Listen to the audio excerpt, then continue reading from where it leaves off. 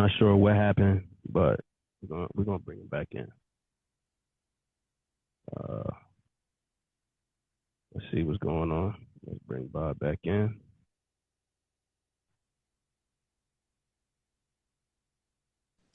Okay, hear me now? Yeah, what happened? Your internet shut out? I don't know. Tech body. I said white man. And then the tech body went out. Yeah, it Hey, Carolyn, can I see your face, Carolyn? Can I see the best doctor in the world's face? No? Didn't want to. I was talking to Carolyn, not you, Bob. I know, she didn't want to. Oh, okay, all right. All right, cool. All right. She All right, said, so say what? what's up? Nothing. I'm a white man. And I'm in the black zone. You're in the black zone. You're in the black mirror, actually. You're in the black mirror right now. When I was on the radio, I always claimed I was a black woman. Why? That makes no sense.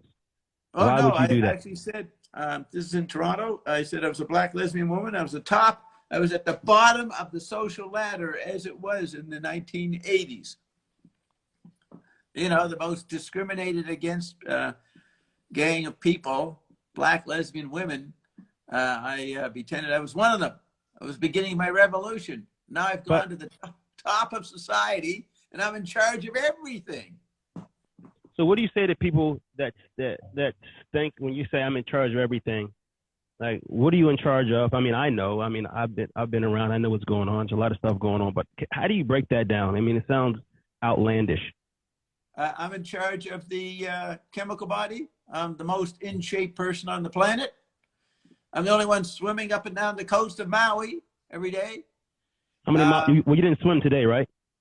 Well, I will. Not yet. You will. A couple hours. Well, one thing's for certain. You have the same shirt on. Once again, same shirt. It never fails. Let me send you another outfit, at least. I'm the top chemical body. I'm the top astral body because I work with Dobbs, which is the most highly developed part of the astral plane or the spiritual zone or the non-physical. I'm in charge of the TV body. I could be incredibly charismatic if I allowed myself a little more TV access, but I don't need that. And I'm very savvy in the chip body, but most of all, I have access to the mystery landscape and the mystery body, and I can explain it. And then my new stuff coming in, the hexatic body, the 6th level, is in charge of everything technically. And that's why I've donated trillions to the economy from my resources, because owning the medium that's coming in, called the Coldplay, free, endless electric energy, then everybody's in debt to me from that point on. So when does that point start? If I have it, if I've proven it, then it's mine, even though you haven't got one yet. You haven't got the I'm on the list. I need to make sure I get, Bob, listen, like, I need the Coldplay box. I'm not playing no games. Don't worry. You might even get it for free, man. But the point is, that's why I love you. I bought Revelations too. I paid $750 for that shit. I bought the book. I bought it. So listen. Okay, but, you know, so understand what I'm saying. All 6 levels, I'm resonating at the center of each of those landscapes, each of those bodies. Okay. Nobody else can claim that. Nobody even knows about all that stuff. So, okay, Bob, so let's break down, since this is a new day, you know, we're a new day right now. Let's go down and we're going to break down each of the 6 bodies for all of our viewers, but we're going to break them down within 20 seconds. We can't have like a whole 5-minute thing about the 6 bodies. You said you control the 6 bodies. Let's go first. Let's start with the chemical body. Explain the chemical body in 20 seconds. That's what people think is their physical body, but it's dominated by the Western model of chemistry, which started 150 years ago with Charles Bernard or Claude Bernard and Louis Pasteur worrying about the germs. So that model dominates globally, you can say imperialistically, the image people have of their physical body. Okay, astral body. That's everything that's not physical that all cultures write about, chant about, believe that there is more than the physical. So that's the astral plane, astral body. The TV body is the former black and white analog TV shrunk to be a small part of the black mirror. It's a passive experience generally for people being on TV, watching TV. So that's the TV body. And the chip body is the interactive landscape where you interact with anybody you want to and create your own spaces. So the chip body is a John Jay, what's up, my brother? Shout out Earl Clark. I got to shout the people out that came in. What's up, my guys? So sorry to cut you off. Yeah, the chip body is the echo of the astral plane. When you astral project and leave your body and parallel world and move around, that's quite an interactive experience. You're not passive as you tend to be in your chemical body, taking in your sensory data in the chemical body. So the chip body parallels the interactivity of the astral body, and the TV body, which for most people is a couch potato experience, is the way they do their chemical body. So what would you say dreaming has to do with? What body does dreaming have to do with? I hear you talking about astral traveling. What part of the body, of any of the bodies, does dreaming go into? The astral body and the chemical body, because it's actually a physical experience. You go to another world. No human has ever slept in the sense of going unconscious and remaining paralyzed. You go to other worlds when you sleep. This is mystery body knowledge. You go to other worlds because your consciousness requires to get out of the consciousness of the physical. It's boring. It's limiting. So you go somewhere else, within a 24-hour cycle. And who's that? Dickie Dobbs says Snoot wine. This is Snoot wine. I don't know why he's not on the front of this one, but this one's called 19 Crimes. But this is the bottle he's usually on, but they got some white guy on here. It could be you as a kid, 90-something years ago. Shout out Kobe Simmons. Who is it usually on there? Snoop Dogg. Oh, okay. So you understand, no one's ever slept in the way we imagine it, of being unconscious and kind of paralyzed. Dreaming is just your recall of your travels while you're asleep in other worlds, other physical dimensions, not some nebulous astral plane or astral projection. So, got it. So, would you say? Okay, so that was great. So, about dreaming, right? I know we all dream. Some people dream every night. Some people have dreams to do certain things. But so you're telling me that a dream is nothing. You're not really asleep. You're conscious when you're dreaming. You're not really asleep. So what is your definition of sleeping? That's misnomer, badly categorized by the brain police. People trying to make your brain seem tinier, try to cut off your potential. It's propaganda. Propaganda. So sleeping. Would you say that people need sleep? Because I know, Bob, you sleep about 3 to 4 hours a day. Do you think sleep is a necessity? Because you can come here and say, oh, you don't need sleep, but most people need to sleep at least 8 hours a day. That's what they say. You need to go to another consciousness, to another world. You need a break from this world. And so you get that break whenever you want it, within 24 hours, say, generally.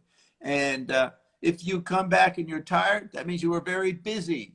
If you come back rested, that means you had a satisfying experience. So you're saying, hold on to cut you off. I'm going to keep it going because I like this conversation. You're saying if you wake up from somewhere, if you wake up from taking a nap and you're sleepy, that means you were getting busy in your dream world, in the astral plane somewhere else. So that has nothing to do with another physical world. Got it. You're always in a physical world, even when you transition, even when you die, you're in another physical world. There's no non-physical in the sense of leaving your physical body. You're always taking your physical body wherever you go.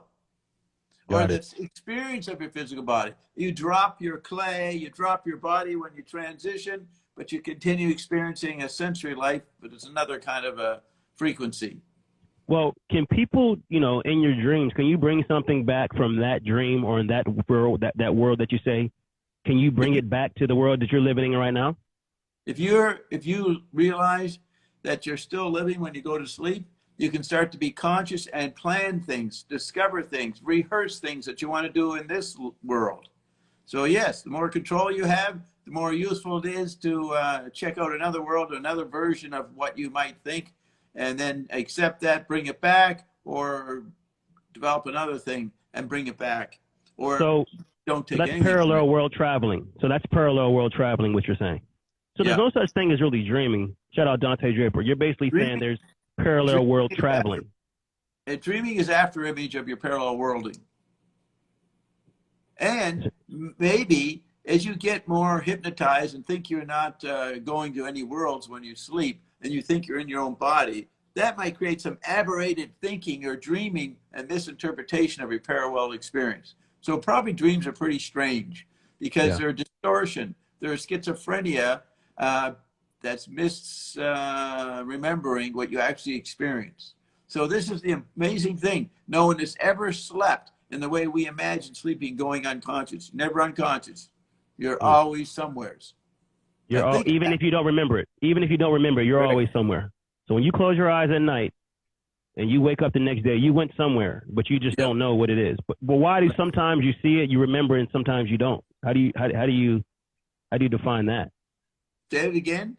How do you figure out when you go somewhere, right? You say you sleep and you wake up. You say every time you're traveling, you're going somewhere, but like when you wake up, how come sometimes you remember it and sometimes you don't? That's because your propaganda, your mind gets in the way. So the basic point that I'm making to prove it is that you're eternal. And when you're eternal, there's no boundaries or limitations put on you. So you can't be unconscious and be someplace that's not physical because you're eternal. You're forever. You Yeah. can't rest, but when you're eternal, you don't need the energy. Energy is a misnomer. People run around trying to get energy from food or drugs and all kinds of situations. No energy needed. You don't, eternity can't be made into an energy. Okay. So Listen. energy is another part of the propaganda. Look at Okay. me. I have endless energy because I don't consider energy important. So you don't. Okay. So okay. So you're 90. You just turned 99 years old. You sleep about 2 to 3 hours a day. You're swimming about 13 miles. Is that No, because? let's say I don't sleep 2 or 3 hours a day. I only need to be in another world for 2 or 3 hours or more. You don't know how much time is when you go into the other worlds. But the point is, I don't mind being in this world. I don't need a break from this world, which most people need. They're irritated by this, so they want to go to another world and they call it sleep. I don't need a break. Everything's so great that I only need to go over a little bit. Got it. Okay, so my question to you, Bob, is, there's so many people in this world, and you say, man, I'm positive energy, negative energy, but you could feel that energy. You can feel when you come around certain people, and you're like, you know what, this vibe doesn't feel right around this person. Well, That's that's not your energy. emotion. That's frequency. That's emotion. Yeah, and emotion is not limited to sentimentality or uh, sort of what people think of feelings. Emotion is another word for frequency, but people have an abstract idea of frequency. So you bring it into something that's sort of anthropomorphic or related to the human. So you call it emotion. But it's pretty hard to say what emotion is. Yeah, yeah. But I And mean, I think we all have. Would you say that emotions are self-taught or habits that come up? Because I mean, as a baby, when you're a kid, everything is so happy. You have no worries. It doesn't matter. Everybody, if you do something, your mom and your dad's like, oh, it's okay. Don't worry about it. But as you get older, you create, this in your belief system, this emotional attachment to certain things. Maybe you have an attachment to some certain toy. If somebody takes a toy away, you have this emotional attachment to it. Like my nephews, they play this game on their tech body on their iPad. It's called Roblox. If you take Roblox away from them, they're gonna have a fucking fit. They're gonna cry. They're gonna do whatever they can to get that thing back.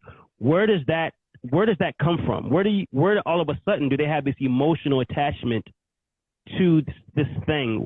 Where does that come from? Because you're not born with it. That comes from their battle with their parents. And the parents cause all kinds of problems by being parents. Parents create attachment and identification and neediness, whereas kids don't need anything. They're okay. Give them some basic food, or maybe they'd even find the food themselves. So because we underestimate the intelligence of children, we create inferiorities or neurotic notions in them, and then the parents exploit that, and then you send them to school to make it worse. So kids are detached and aware, and we interfere with that as parents. So it's kind of funny that you say that, because now with the power of social media, the power of all these devices, kids are a lot smarter these days at a younger age. They know more things. Is that because of technology and the tech body and the access that they have from the devices? Well, obviously they're experiencing something. Technology is real. It's a substitute parent, but they're getting all kinds of neurosis maybe from the tech body, just like they get it from their parents. They need guidance. They need an example. They need people who are detached around them to demonstrate some kind of slack or some kind of coolness, not worrying. Now, often the grandparent serves that role, right? The nice grandparent can, quote, spoil the kid, not get uptight with the social rules. But that's still a limited situation because they're relying on a parent, an older person, to give them slack. So the kids got to learn how to get slack themselves. And the best way to do that is not interfere with them or to treat them as an eternal being. not some neurotic person who's got to get somewhere by the time they're 17 and have a job or something and in the economy. No, don't do that. Let them be as lazy as they want to be or as energized, whatever they're doing, let them do it.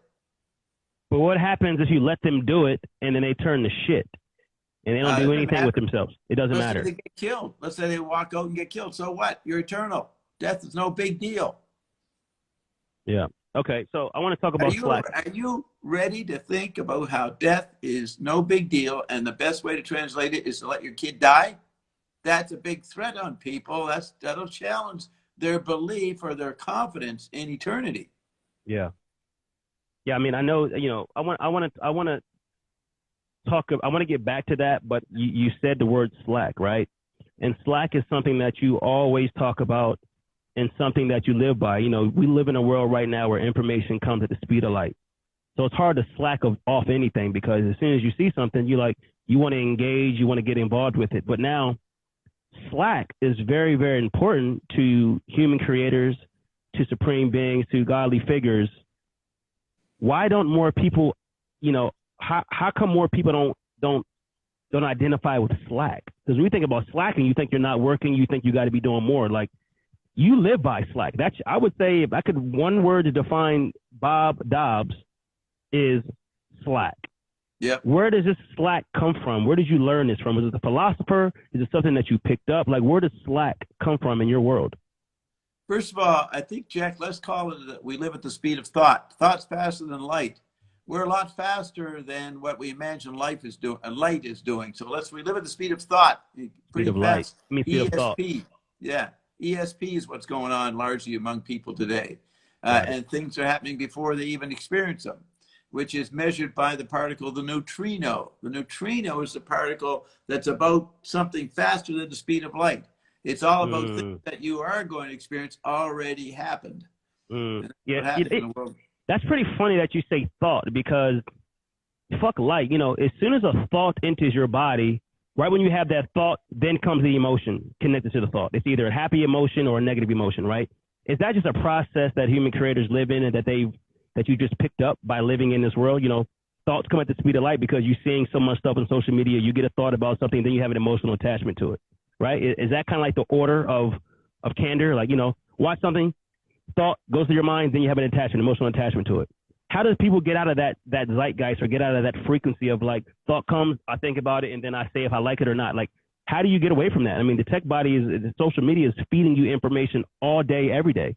And when you use your social media and the tech body to be able to make certain moves, to be able to talk about your company, to be able to find out what you're eating, to be able to find out where you're going, like, how do you get that disconnect when all you're doing is interacting with your cellular device? By knowing your thoughts going faster than you can notice it. In other words, largely ignore your thinking. Ignore your thinking.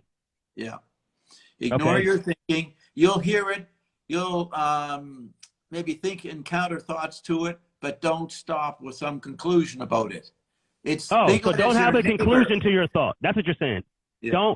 You're going to have thoughts all day, but basically what you're saying, don't have a conclusion to what that thought is. So basically, if I get a call from the NFL that says, hey, Jack, we love the things you're designing. We would love to partner with you. I can't immediately say, oh, I'm about to design for the NFL. I'm going to have this license. I'm going to create the biggest brand network. It's just take the thought in. Don't create a conclusion, but by not creating, just let it go. Yeah. If they make an appointment, remember to show up at the appointment, but don't be thinking too much about it. Stay in the present. Stay attentive. In other words, let's say you die 8 hours later. You don't get to the meeting the next day. If you encounter somebody that's a really important person and you don't worry about what you have to do tomorrow, you engage that person because that's what's part of your present. Let's repeat that. Let's repeat that. That was amazing. So you're basically saying I get a call from the NFL that says, we want you to create something, right? And I'm thinking about, I got this meeting and I'm thinking about this meeting all day, every day. And then that's all I think about. And then next thing you know, something happens to me and I can't make the meeting.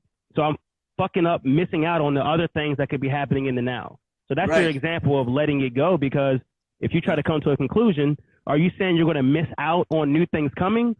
Does that conclusion stop things from entering your world? If I have the Yeah, because conclusion on a thought.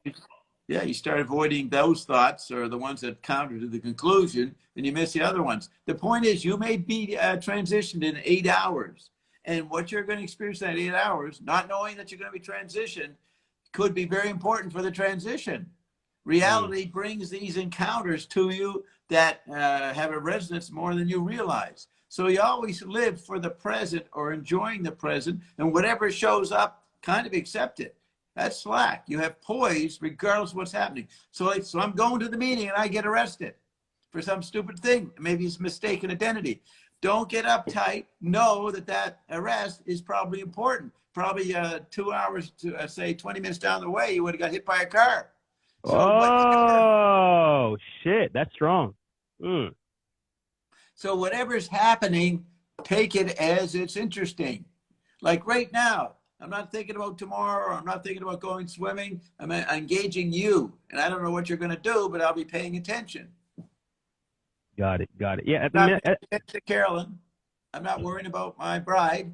I'm not worrying about Jermaine or anybody. I'm engaging you and people typing. Got it. So what does Dickie Dobbs mean when he says pink elephants? What is he talking about? Pink elephants. I think he means when there's an elephant in the room and everybody's ignoring it, especially if it's a pink elephant. It's something that you're missing because it's not appropriate to notice it. Again, your thoughts say, oh, pink elephants, that's not real, that's not important. And you're missing out what a pink elephant might have to say to you. It might be a portal to another world. So basically you're saying, if you and I are talking right now, and a pink elephant just pops up on our screen right now, we engage with that pink elephant, is what you're saying. Yeah. You engage in it. You see or if I got something else more important that I'm engaging in, I'll ignore it. And I won't be but how do you gauge what's more important though, Bob? How do you know what's more important, or how do you know that? You just go by your bliss or you're feeling good. If I'm engaging you and I'm feeling good about it, and then someone phones, I'm not going to take a chance to ruin the feeling good I'm having with you by checking the phone, see if that makes me feel better. I don't mind missing out on better experiences because the more I focus on this one, I'll feel good about it. Okay. Just by paying attention. You don't even need to feel good. You just pay attention. Thinking thoughts think, says Dick Dobbs. Dickie, so what does that mean, Bob? Thinking thoughts think. So when you're thinking, think about it. I refuse to think about it. I'm talking to you. Hey, I like that, the way you fall back. That's good. Oh, my God. Thinking thoughts think.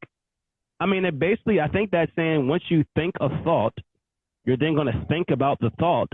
And then once you think about a thought, you're going to keep thinking about a thought. And next thing you know, you're just thinking thoughts forever. You're not living. You're just thinking shit all day. And I think that's a big thing with people in today's world is that they're just overthinking everything. Everybody is overthinking everything. You can have one good thing, and then you think about something else. Because you're getting thrown to, and you start thinking about the image. It's a natural reaction. It's a conditioned response. So people should maybe, like Jim Morrison said, walk around blind. Don't take in so much. Don't see so much. Put on blinders. Put on blinders. Are you on Wi-Fi or are you on LTE 5G? Which one are you on right now? I don't know. I don't know. What do you mean? 5G? I don't know. I don't know what I am. I don't know anything about that. You know about 5G. You know about the 5G for sure. I've heard it, but I never touched it. I never used it. I never looked at anything. Like, this is Carolyn's phone. I've never had a cell phone. I'm way back in terms of electronic devices. You've never had a cell phone, and you're 99 years old, and you're telling me you've never had a cell phone. I never had a car. Okay, I got a question about that.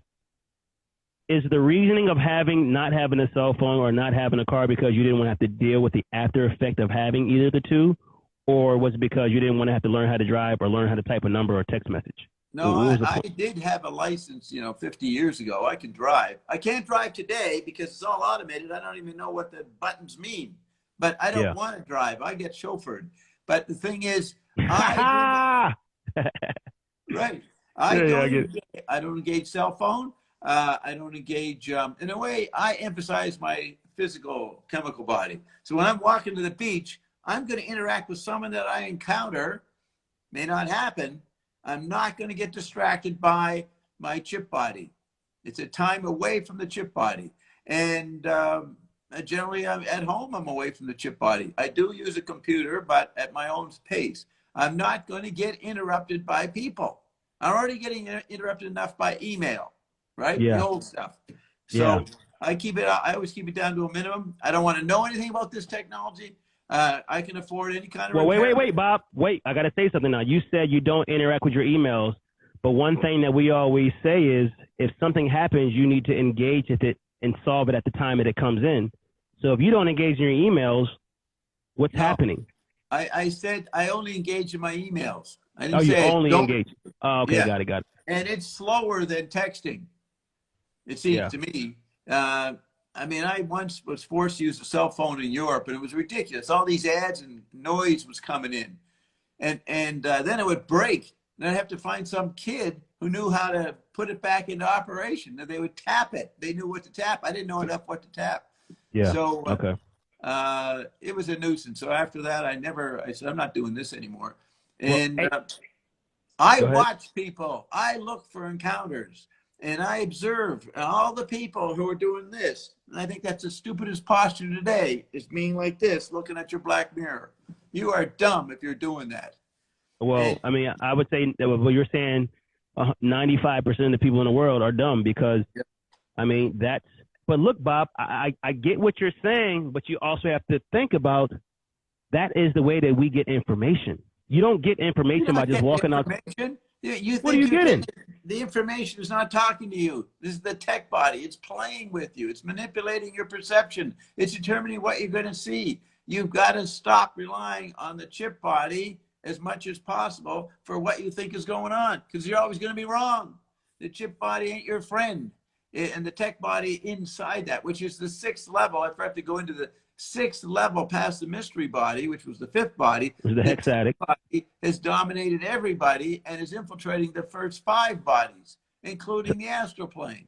Okay. So the tech body is our problem right now. So the hexatic is almost like hex advertisement, which is what we're getting all day, every day on our cellular devices, correct? No, the hexatic is me and Dick Dobbs and what we're building, and Carolyn. We're building a new civilization. We are already well into it, and people are getting great benefits from our civilization. From what what is this civilization? What exactly is this thing you're building? What are you talking about? Shut down medicine. She killed modern medicine by bringing in COVID, which ruined the health industry. They had no proper sense to tell people. They alienated people. They got people really confused, which the tech body wanted to do.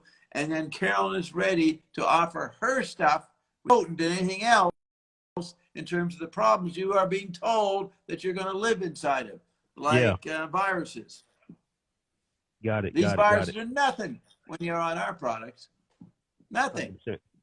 Hold on one second. Hey, bro.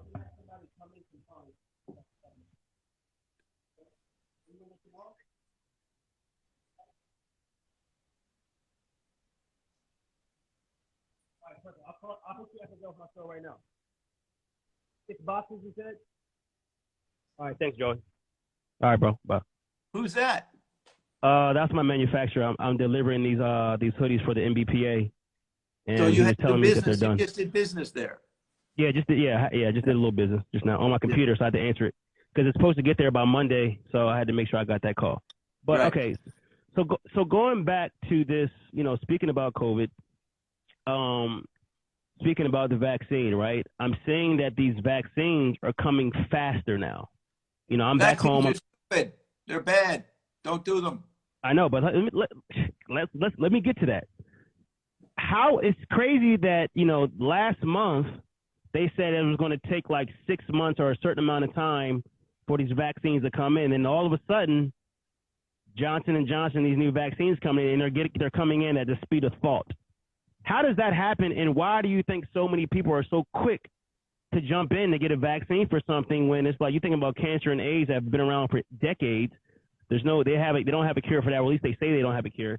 But something like a COVID that just came around, all of a sudden they have this vaccine for it, and everybody is so fast to do it. Is that because of the tech body is feeding you that you need this vaccine in you? Yep. Is that an example of that? Yeah, and the vaccine is going to kill you. It's going to mix with the new virus that's coming. We had our first victim yesterday. A woman in Utah got her second vaccination, and she dropped dead. So I checked to my secret sources and found out that, yes, she was affected by the new virus. And when that virus gets into everybody who's been vaccinated, they will die. Okay, I want to go back. Let's rewind that. Happening. We got to rewind that. We got to rewind that because you heard it first here. You just said from a secret source, we don't call names out, but a woman died in Utah that had her first vaccine, went to get a second vaccine, but she came upon the new COVID that has came in, and then it killed her instantly. No, the second vaccine interacted with the virus that she had caught and died from that. You see, the vaccination, it puts some stuff inside you latent. Then when you get the new, not the COVID-19 or COVID-20, when you get this new thing, basically called the Black Plague, when that goes in your body, it mixes with the weird effects of the vaccination and kills you immediately. So everybody who's getting the vaccination is being set up to be murdered by the new virus. But I got a question. I mean, these are some strong thoughts, and that's why we have this show to give this type of information. You're talking. So basically, what you just said, I'm going to rewind it one more time because I think this is great information. There's more than COVID-19 things mutating in our world right now. It could be COVID-20, it could be 21. Like you said, it could be potentially called a Black Plague. So if you're so quick to get vaccinated, and then this new thing, disease or whatever you want to call it, taps into your body, and it mixes with the antibodies in your body, it's going to kill you instantly. Yeah, you better hope I'm wrong. Does the world, does the government, does the president, do they know these things? Or they have no clue? They don't know. How do you know? How do you know and they don't know? Because of my secret sources, and these sources are occasionally made public. So if you're lucky and hear our secret sources, you might be inclined to believe them because they're pretty authoritative. And Dickie Dobbs is one of them. Got it. Hey, Dickie Dobbs, can you back up what Bob just said, or can you break down how many different strands of COVID have now hit the United States? How many different strands of COVID is here in the United States? I think that's an answer that we all want to hear right now. You know, you got to think about if it's COVID-19 and tons of people have not been listening to stay inside, wear a mask, there has to be some type of morphing to this new mutated thing. He said who? Who can be the World Health Organization? Yeah, Dick Dobbs, we're asking how many different variables of COVID-19 has now been in the U.S. right now? How many different versions do we have of COVID-19 or something new? And Bob, you know we can add more people to the chat. You should tell Dickie to turn his screen black and he can join our conversation. You know that, right? What do you mean? He's already there. Yeah, but he can come on the screen and we can actually hear him talk. He can make his screen black and he can join the convo. I know he's probably scared to do it, but if you set up, you froze again. If you give him the yes, maybe he'll do it. Where do I do it? I can add Dick Dobbs right now. He can make his screen black. Let's see what happens. I'm gonna add him. He can make his screen black, and he could be in our FaceTime with no. He declined it. He doesn't want to show. He doesn't want to come in. But at least Dickie, can you answer the question? How many different versions of this COVID or of this disease is in the U.S. right now?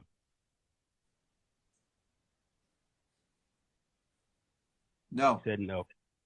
Is that no coming in or no what? Now there could be Ben Pelton's an old friend. I got someone like, hey Ben, how you doing? You know, you got all kinds of people. I got one person, Ben Pelton. He said 11. Okay, so 11. Dickie said there's so it's 19 plus 11. It's up to COVID 30s. No, it's 11. It's 11. No, it's COVID-19 now, so there's 11 more different ones here. So COVID 30. Could be one of them. Oh, okay. So there's 10 new ones. You know what I mean? Yeah, COVID-19 doesn't mean there's 19 COVIDs. I know, but that's true. That's not what I meant, though. That's not what I meant. That's what I get you, though. So there's 11 different type of diseases that have morphed from the COVID-19. Yeah. And they don't come into our bodies through the nose or the mouth, or the mask is useless with these things. They come in through the electric circuitry, all kinds of different ways. So, I mean, how do you protect yourself from this stuff? Is it just a product? That's the only way you can protect yourself? What protects you? Our products. Get on our products. Okay, everybody that's on here right now, if you hear, the products are available on www.rnareset.com. These are the products we're talking about. Here's an important point about our products. Our products build up your immune system. They don't treat any disease. Can't say that because you need a $1 billion study to be claimed that you're a drug dealing with diseases. We look at the vulnerability to the viruses due to a weak immune system. So we strengthen your immune system by enhancing your minerals, magnesium, zinc, a mixture of, there's 12, one product has 12 minerals in it. So the mineralization of America is what's important now, the remineralization, because you're not getting in your soil or your food. So there's tons of products. There's tons of products that say they got zinc, magnesium, potassium, vitamin D. About ours? Ours I want you to tell me. It goes into the cell. Nobody has that. My bride invented a process to put it into your cell. That's why it's better than any other product in the world. It goes, the body never had these minerals come into your cells on a tiny level. That's what's new. And, and we have a study at Purdue University which proves the absorption. Who's that guy? That's Brendan. Hey, who's that? It's me, Bren. Brian. Brendan. Oh, Brendan. Hey, do you have that Bob sculpture around? Right here. Let's see it. Let's see the Bob sculpture. Wow. Look at that. See the feathers? The Lakota feathers. Yeah, look at, I put the doctor in your headdress. Yeah, that's Carolyn in the back. Yeah, right here. Wow. What's your name? Jack. Yeah, Carolyn's face is in the back. I see that. That's crazy. That's fresh. Hey, Ben, do you have, so right now we're going to open this thing up to questions right now. We're going to do something a little bit different. Not Ben, it's Brian. Brian or Ben? No, sorry, Brendan. I mean Brendan. Yeah, Brendan Albert. Yeah, Brendan Albert. Brendan. Hey, it's an echo. So, hey, Brendan, can you get a question in real fast to ask Bob? Because it's an echo. I want to get you in and out, like a crossover. You got any questions right now to ask Bob? What you got? Got any questions? No, you guys are doing good. I just wanted to say hi. Great show last night. I listened to you. Oh, thanks. That was good stuff. All right, what was Brendan. last night? What was the great I'll be here listening. All right, yeah, cool. what was the great show last night? What show we was were that? we were just on live. I was just talking random shit on live. All right, Brandon. All I'll talk to you soon, bro. All right. Thank you. Yeah, Great thanks, statue, and that statue's going into a tourist spot on the Lakota reservation, Lakota territory. That's going to be in there. What? Black Hills.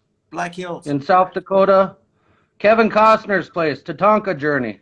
Yes, that's the story of the bison. How long does it take you to make that shit, bro? Shit, what do we got? Like 7 tailgaters on this? Yeah, so like 3 months. It took you 3 months to make that? Hey, can you make a Jack McClinton statue or no? You know I can. Hey, I need that. And Brendan can hang from hooks on his chest. What? For 4 days. No fucking way. Hey, Brendan, can you show us that or no? My scars? Yeah, from hanging on your chest.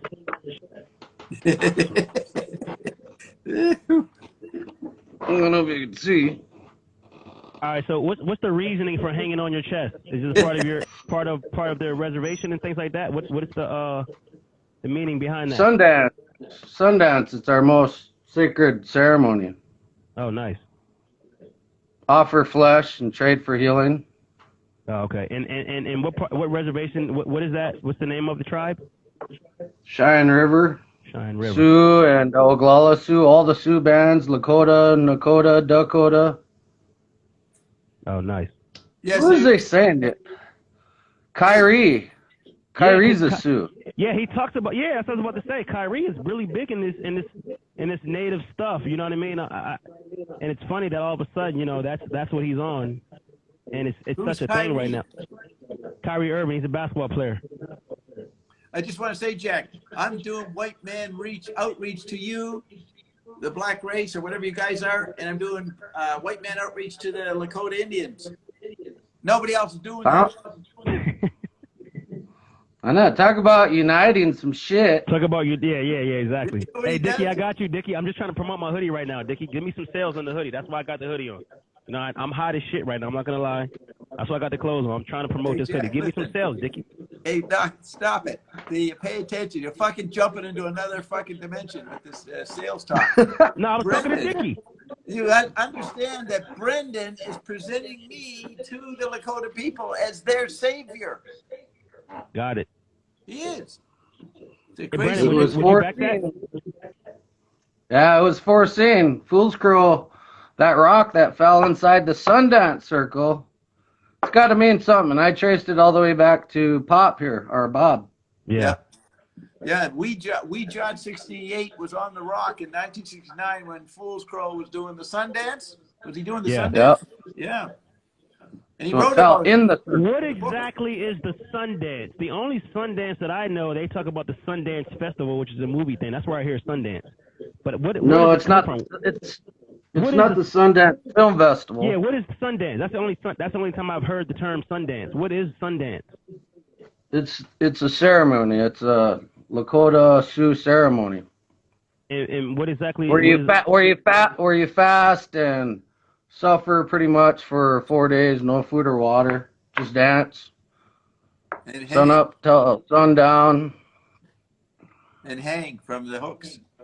Yeah.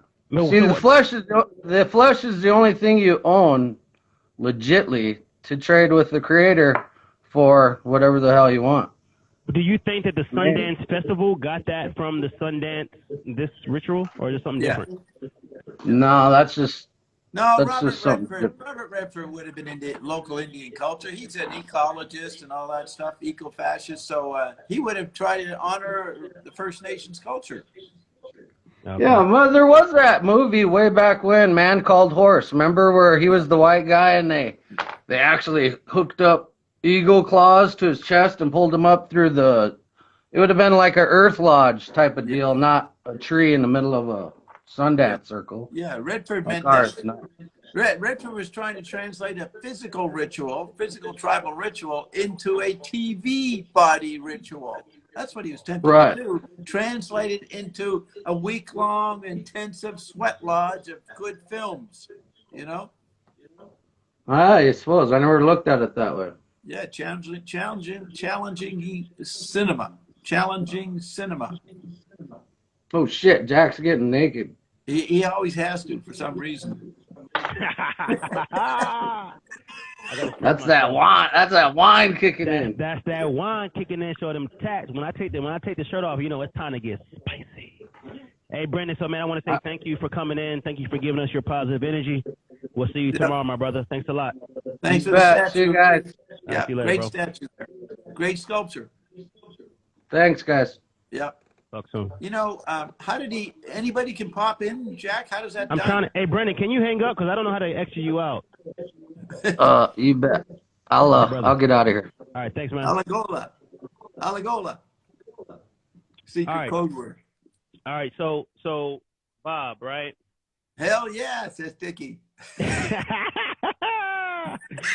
Hey, let's bring Kinley in here real fast. Let's give him like 2 minutes because Yeah. Kinley ain't been around. He only comes around when he needs some shit. You know what I mean? If shit is going good, Kinley disappears. But for some reason He's too much a white man. He's got to drop some of that white man habit. Yeah. Oh, he left. I don't know where he went. He got out of here. Yes, Kinley, when you come back, we're gonna him. talk to you. We called him. He's scared of us. He hasn't come to the Dick Dobbs show for months. For months, and you haven't seen him on there, right? No. Yeah. Well, he was on there a couple months ago, but we didn't talk to him. Okay. So he probably That's took it probably why he personally. left. All right, so Bob, I want to talk about. I think the other day, did Joe Biden have a speech? I think yesterday or last night or something. Yeah, he had to his first press conference, and Yeah, he didn't show up. He didn't show up. Okay. Oh my God. He didn't show up. I was going to ask you. I saw people promoting this fucking Biden press conference, and then nobody talked about the press conference. I'm like, where did the press conference happen? Where did it go? So nobody talked about it because he didn't show up. That's right. You can look at my Facebook page. Someone posted the hologram that showed up, CGI, computer graphic interface or whatever it is, and it was a hologram. And by showing the way he walked in, they proved he was a hologram. Wait. Okay. I'm gonna break this down for the people on here. Go on my. I'm gonna break this down. So basically, you're saying, but he showed up. You saw him physically. No, a hologram showed up. But did he talk? Barely. Very simple. He cited the ABCs, insisted that he knew how to write. He tried to name a few capital cities, like grade 2 stuff. He did grade 2 stuff. Yeah. Yeah, and it's funny because I saw Jermaine sent me a thing that talked about, it wasn't a visual of him talking, but it was like, oh, Joe Biden did this speech. But then usually when somebody does a speech, you see it all over social media. I didn't see it nowhere. That kind of makes sense now. It's like, why didn't you see this speech anywhere? So why didn't he show up? So why? Why not? Because he's dead. Okay, Bob. You're going to say so you're saying right now he has been in his stupid basement in Delaware for 8-10 months, barely alive. He's in a state of dementia. That's why whenever he has to show up, his double shows up, or the hologram, and what's her name, Kamala Harris, has to stand beside him, or his wife Jill, and they have to prompt him, prompt the image, prompt the clone. It's a total fraud, a hoax, and that's why there's a military in Washington D.C. They know there's nobody in the White House, so the military's in charge. Okay. Everybody, you heard this first here. Like I said, this is no red or blue. We're not Trump. We're not Biden. We're not anything. We're just trying to give you facts. And yes, Bob says some shit where you got to take the shit with a grain of salt, or you can take it with some pepper because it's spicy. But either way, look at the ears on when you see the image of the hologram. It's ridiculous, inhuman ears. You'll see it. So okay, let me go back. So basically, you're telling me the military is in front of the White House right now. As you just said, the military is there? No, they're protecting a big chunk of Washington, D.C. Why? The Capitol building. Why are they protecting it? Why weren't they protecting it when people went in the Capitol building? Because that was set up to make Trump look bad. Okay, so the Capitol riots were set up to make Trump look bad. Yep. Who set up the Capitol riots then? Pelosi. So Pelosi set that up. Yeah, Pelosi does all this stuff. Do you know about her father? Explain to us who Pelosi's father is. Yeah, he's from Baltimore. Nancy Pelosi's father, look it up in Wikipedia, was the mayor of Baltimore, decades ago, and he was caught selling heroin to the mafia. So some journalists went after him. They chased him out of town. He went to San Francisco, and they didn't know any better, and he became mayor of San Francisco, continued his mafia work, and Nancy Pelosi grew up in that environment. Wow. What does Nancy Pelosi get out of making Trump looking bad? She's on Trump's side, right? Oh, Kenley's here. Kenley's back. Let's see what the fuck he has to say about this. Kenley. Yeah, Kenley. Let me see your ears, Kenley. Let's see your ears. He looks like Brendan a little bit. Uncle Bobby. Hey, have you ever seen Kenley before, Bob? No, I've never seen him. This is the first Uncle time. Bobby. He looks crazy, ridiculous. I never bet he looked like that. Uncle Bobby. Hey, how did you think Kenley was going to look? How do you think he was going to look? Oh, some slick, no hat, slick back. I can take the hat off. I can take the hat off. Yeah, keep that shit on, bro. Put that shit back on. 1920s hair. He's got 1920s hair. I got Bob's hair. He's old-fashioned. I may be totally out of sync with so Kinley, I want to bring you in because I know your family has been a part. You know, I met you when I played basketball at Miami, right? I'm gonna give a breakdown about how I met Kinley. Kinley is one of these fucking trust fund babies. I'm not. That's a fucking lie. That's so stupid. He's had to live with that all his life. That's so inaccurate. I'm supposed to be, but I didn't get one. Okay, so I got fucked over. Kinley comes from a lot of money, right? We probably got to update your phone. Kinley comes from a lot of money because there's 3 people in here now. You update Instagram? Jack, this is a show, man. All right, we're live right now. This isn't tape delay. Yeah, I know. But listen. So what I'm saying is, I met Kinley at a bar with one of my friends in Miami. I was at a bar with my friend Eddie Ennis, and Kinley was here. Kinley lived across the street from the bar in some big-ass mansion. Like, he came in, like, yo, I know you from Miami. Like, yo, come to the crib. I did not know who you were. Get out of here. He knew who I was. So I did not know who you were. That's a lie. You didn't know who I was? Did not know who you were. You weren't even playing yet, Jack. So how did we meet? You were redshirted. How did we meet? We met through Eddie, and you told me that you were on the Hurricanes basketball team, which I never watched any Hurricanes basketball, the college team. So pretty much Jack was someone that came from Siena College, because he told me, he's like, I just transferred from Siena College, and I wasn't familiar with where Siena was, right? So I'm like, oh, nice. I think it's in the Northeast. And he's like, nah, I play for UM. So UM predominantly was known for their football team, right? So I'm like, oh, nice. So you're going to UM now, UM basketball. That's great. Like, congratulations. And he hadn't played yet, but talking. So the friend that introduced us, he's 2 years younger than me. He's like a little brother. Baby. He definitely is. And he's 2 years younger than me. You came from money. You have fucking Louis Vuitton seats in your fucking truck. Anybody has Louis with Gucci seats in a car? I didn't have that. Who had that? Your brother had it. It doesn't matter. Somebody in your family had Louis Vuitton seats. Jack. His family were nuts. They were nuts. Yeah, they had a lot of money, though. Nuts. He had an abused childhood, everything. For sure. Exactly. For sure. All right. We already went through this. Psychically. We already went through this. Yeah. Anyway, the point is that when I met Jack, he wasn't, and I've said this on the show, like with you and Dickie before, it's like when I met Jack, he really wasn't a prominent figure in Miami. He was really, and not to discredit you, Jack, I think it's actually a testament of like your hard work, but he was like a nobody. Like no one really knew who he was. So I kind of related to him and connected with him just as off of like the energy that he put out of like how he was. And I could tell he was raised by a good family, and he was like a nice person. He was a good person. His mommy is hot though. Yeah, he's crazy. So I don't know whose mommy talking about, yours or mine. I don't know. Hopefully, I don't know. Probably both. He's so embarrassing. I didn't have an abused parents. I had an abused fucking brother. Yeah, exactly. Right. So, all right. So yeah, go ahead, Kinley. So connecting with Jack and just, building our relationship, just like strictly just like a friendship, nothing like, oh, he can get something for me. See? Yeah, it was based on Slack. Yeah, it was just like, it was whatever, it's like, I don't really like making new friends necessarily, but if there's like a good person that I feel like has a good heart that comes from a good family, it's like good conversation. You could see where that stems from.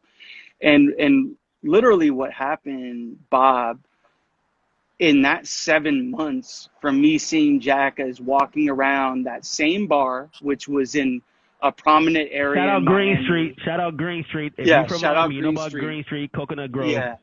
That was so the bar. Green Street was like the hub, Bob, like where every Thursday, every college person, every big person, influential person from Miami would go to this little area. And Jack was there when I first met him. No one knew who he was. 7 months later, he, I guess, somehow made the not somehow, but he made the he was already on the basketball team, but he became a starter on the basketball team. And I think I've told you this story months ago when people were like, when I would go to the stadium and they were wearing like, I know Jack shirts. Remember I told you that? Yeah. So it started off like no one knew who he was. Fast forward 7 months later, he's on ESPN every single night. So that same bar that we met at, he and I would have dinner after the games, and he would be on ESPN. And you know Miami, there's like attractive women, there's a lot of like things to get sidetracked from, or sidetracked by rather. And Jack was just mainstream media, like, and it's funny that we talk about media all the time because it was someone who was never on the TV. Now he was always on the TV. While we were eating dinner, it would be minimum 5 people coming up, tapping on his shoulder, tapping on my shoulder. Can I get an autograph? Can I get an autograph? He was a sophomore in college, or wait, sophomore or junior? Yeah, Jack? well, I was a red shirt sophomore. Yeah, red shirt sophomore. So it was just nobody cared, nobody knew. Yeah, you know what I mean, Dickie. Come on, man. You know that wet, the crazy cakes. So it was this one end of the spectrum in 7 months, not even a year. It's in 7 months, like 3 quarters.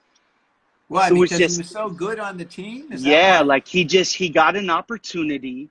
He took advantage of the opportunity, and he took the bull by the horns, and he put his life on the line. Like he put it all out there. And next thing you know, like University of Miami basketball would never get national coverage ever in a million years. Like their football team, yeah, always on ESPN. Next thing you know, University of Miami playing Duke, playing North Carolina, playing all the powerhouse schools, they were always on like Tuesday night, Thursday night, Saturday night, prime time, 8 p.m. Eastern, that's prime time. And they were, right when the game would start, it's like, well, Jack McClinton. He wasn't like a role player. He was the fucking star, right? And how you knew what this. What position did Jack play? Point guard. So, Yeah, like guard, this was the clear testament. And not that I already knew this because I was a basketball fan since I was a little kid. But how you know that someone's a star at a school is that college basketball, they're not allowed to put the player's last name on the jersey, right? But each school can choose one player's number to put on their jerseys. Like Nike can put one player's number on their jersey. They can't put the last name, only the number. So when Jack started playing that next summer, all you saw around Miami was the Miami jersey, number 33, everywhere. No question about it. In the stands, it was number 33. Then the following was that? What year? Oh man, I'm so bad with that was I started in 07. So that was 2008? so yeah, 2008. 2007, 2008, yeah. Well, that was the last month of America. The financial crash happened in September. Right. Yeah. Yeah. That's You were a the good point. last hero, Jack. You were the last. That's actually a good point. And that was a huge, and that hit Miami extremely hard because of the real estate market, and the real estate market in Miami was kind of keeping it afloat. And so that's actually a good point, Bob. Yeah. So Dickie 33, you already know. Fast forwarding a year after that, he's already getting a lot of recognition and fans and something that, you know, Jack, I mean, look at him right now. He has his fucking shirt off for crying out loud. My brother Dickie, that's so, my family. So he was embracing it. Let's just say, I mean, Dickie, when I tell you, time out. But hey, Ken, let me say something. You gotta think about where I came from, right? You gotta think about, like, I've always played 100%. basketball to be known. I wanted people to know who the fuck I was, right? So 100%. when you finally get to the point where it's like I'm everywhere doing certain things to be known, and then people know me, of course I'm gonna fucking capitalize on that. That's how I met you. I ain't gonna lie. I knew you fucking came from money. I knew you were rich. mean, I'm like, you know no, what? No. I know that. But I'm talking. But tell this to Bob because I know this. But yeah. So Bob, you know, yeah. Kinley was cool. You know what I mean? I met tons of people. I was a fucking star. I met everybody, right? Yeah. But you also identify with the motherfuckers that got that money, that are like lives a different life than I've ever seen. 100%. So when I saw Kinley, he pulling up in the fucking Range Rovers, drop top BMWs. He got a fucking 10-bedroom mansion. I'm like, I want to make this kid my friend. But, you know, I didn't even really know him like that. But that was I ain't gonna lie, that was my fucking, like, I'm gonna fuck with him because I want to know how he got rich. And then as time passed, I started saying Kinley was a great fucking dude, and he really cared about me, and we became family. But it's like we met on me. I wanted to be exposed to like the finer things. I never knew what it. I mean, I'm not gonna say I came up in the slums, but I knew like this dude Kinley lived in a fucking 9-bedroom mansion, Range Rovers. His dad was rich. His dad fucking managed Bono. Like it was a whole ton of shit that I wanted to be exposed to. And Kinley probably knew the same thing. Like, oh, if I can adapt to this basketball player, it's going to make me cool too. But by both of us doing that, we became like very, very close friends. And that's kind of like how the relationship between me and Kinley came. Was like he was looking for something and I was looking for something. It's just like how, Bob, you're family to me as well. Like I seek the knowledge that you give, and I fucking love this shit. And it's vice versa. It's like we can get on social media right now and we can talk this shit. So, you know, that's kind of like the story how me and Kinley met. Did you and Kinley get known as a best friends in public? I will say one thing. I agree with what Jack said, but I do want to state something for the record, Bob, and I think that you can understand where I'm coming from. Queer dog. Maybe he saw me as like, hey, this guy comes from a good family, has money. But really, the reason why I connected with Jack is because growing up, I was always surrounded by other individuals with money, going to private schools and this and that. And I think the reason why I related to Jack is because he didn't come from that. So I wanted to have conversations. I wanted to, you know, kind of not help him out, but it was like I was curious of where did you come from? Yeah. And he wasn't so far left because I'm not going to hold on, let me finish this, Jack. Hold on. No, let me finish. Let me finish because I know Jack's family very well. His dad, his mom are A1. Jack is not from the fucking projects. As much as tattoos as he has right now on his chest right now, don't let him fool you. He grew up. I never said I was from the project. No, I know, but maybe some people might think that you are because Baltimore is a rough place. But Jack's parents worked their ass off. They were like stand-up individuals. They raised he and his sister as la creme de la creme, like just as good as I was raised, the best schools, everything. So when it came down to me meeting Jack, it wasn't necessarily about like, oh, I think he's a basketball player. I don't give a fuck about that. My dad used to own a professional basketball team. I used to hang out with Michael Jordan. I don't give a fuck about a college basketball kid. But no, honestly, Jack, I mean, am I wrong or am I not, like that's but true. Bob, the funny part is his dad used to fucking own a part of the San Antonio Spurs, and that's the team that drafted me. Like that was an NBA team that gave me my shot. So it was very funny how like full circle. A lot of things came full circle. It was like the team that his dad used to own. When I met him at a bar when I was nobody, it was the same team that drafted me. So it was like a very like weird situation. And Bob, was that a frequency thing or is that like some shit that was meant to happen? What would you say from just hearing this story, how that came together? That was an emotional thing, which you might call frequency. But I asked, did you guys become known as best friends in public? Well, people knew that together a lot. Yeah. People knew we're that always seen together. And then also too, it's like every game, a lot of our friends maybe like I would always sit on the floor. Every game I would sit courtside, not because Jack gave me the seats. It's because I could afford them and I got those seats. Obviously, he would help me out and be like, hey, talk to this guy, get the seats. But a lot of our friends were sitting 20 rows up. So every big game, I took it upon myself, and we had this conversation last night. Like when he played North Carolina, which is where Michael Jordan went, the top of the top school for college basketball.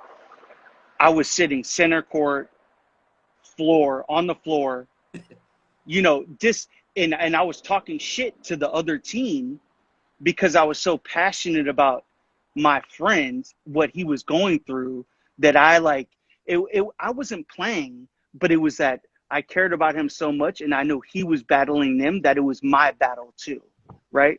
So it became this whole thing where we're both competitive. I grew up playing sports. Obviously, I didn't play sports in college and go pro, but I have this competitive nature that I still carry to this day in business where I want to fucking win.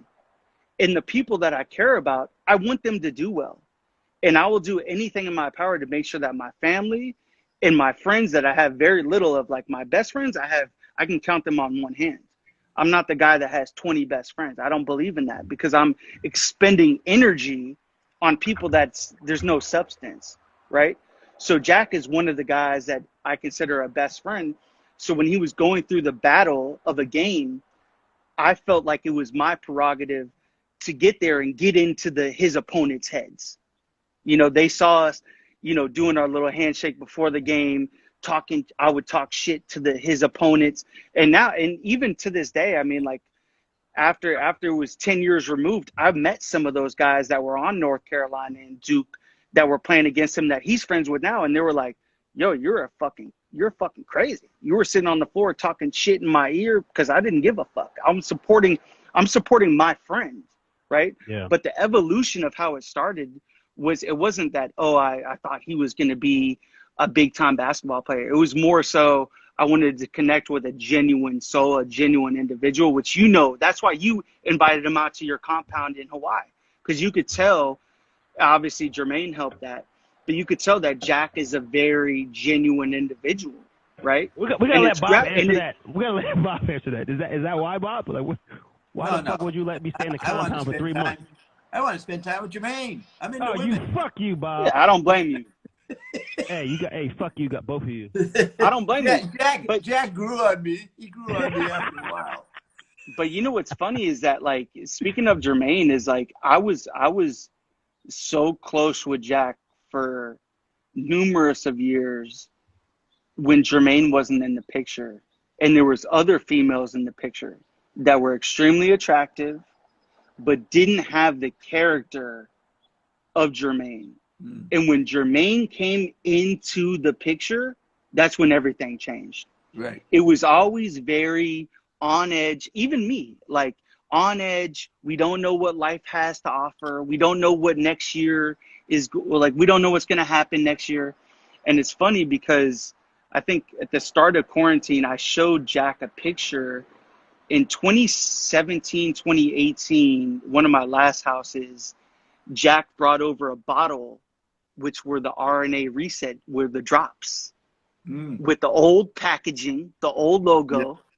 Yeah. And he told me, he's like, you got to take these will change my life. And he was actually showing them to my mom. Wow. And I took a screenshot and I had that saved and I showed Jack, remember at the start of quarantine, I was like, dude, you showed me this this is probably a year after he started dating Jermaine. And Jermaine completed Jack in the sense that Jack can do whatever the fuck he wants in life. Jack can walk into any room, get anyone to do anything that he wants. Everyone will gravitate towards him, but Jermaine centered him. She centered him and she made him realize, like, hey, don't do too much. Don't try to do too much. Be who you are. And if they don't fuck with you for who you are, then forget about them. And I feel like, obviously, with your guys' tutelage, you and Dickie, like, it's been amazing to see. And I'm just, I know that. Hey, let me say this. Yeah, of course. Remember when you discovered Dickie Dobbs, you were outraged that Jack and Jermaine had not told you for years. I was pissed. I was pissed. And you know what, to be honest with you, Jermaine's the one that told him. Jermaine is and that's the funny thing is that she cut off the Chick-fil-A dough. You know what's funny is that Jermaine, since the first day I met her, I've always loved her as a sister. In Jack's past relationship, he was with this girl for 8, 9, 10 plus years. And I liked her. I liked her because I had to like her. I had to like her because it was Jack's girl. Right. But Jermaine, like when I met her and I actually conversated with her and I connected with her, I was like, she's a good person. Right. And I was going through some things. Oh, can't hear you, bro. You got disconnected. Hey, Kelly, we can't hear you. We missed that last time. Oh, there we go. We couldn't hear the last 5 seconds you said. So we were at the Four Seasons in Beverly Hills, or maybe we were at the Beverly Hills Hotel. I can't remember. Yeah. But my other friend from Miami, they were ordering bottles of Camus, drinking. And Jermaine was like, hey, what's wrong? Are you good? Are you all right? And I'm like, I'm going through some shit. Like, I'm not happy right now. And we walked outside, and she basically started talking about you and Dickie. Mm. And not saying like, hey, I'm going to bring you into this, but she was just talking. She was trying to mentally coach my brain to say like, hey, about your frequency and this and that. And I've always been a firm believer on all of this. So I wasn't like, this sounds crazy.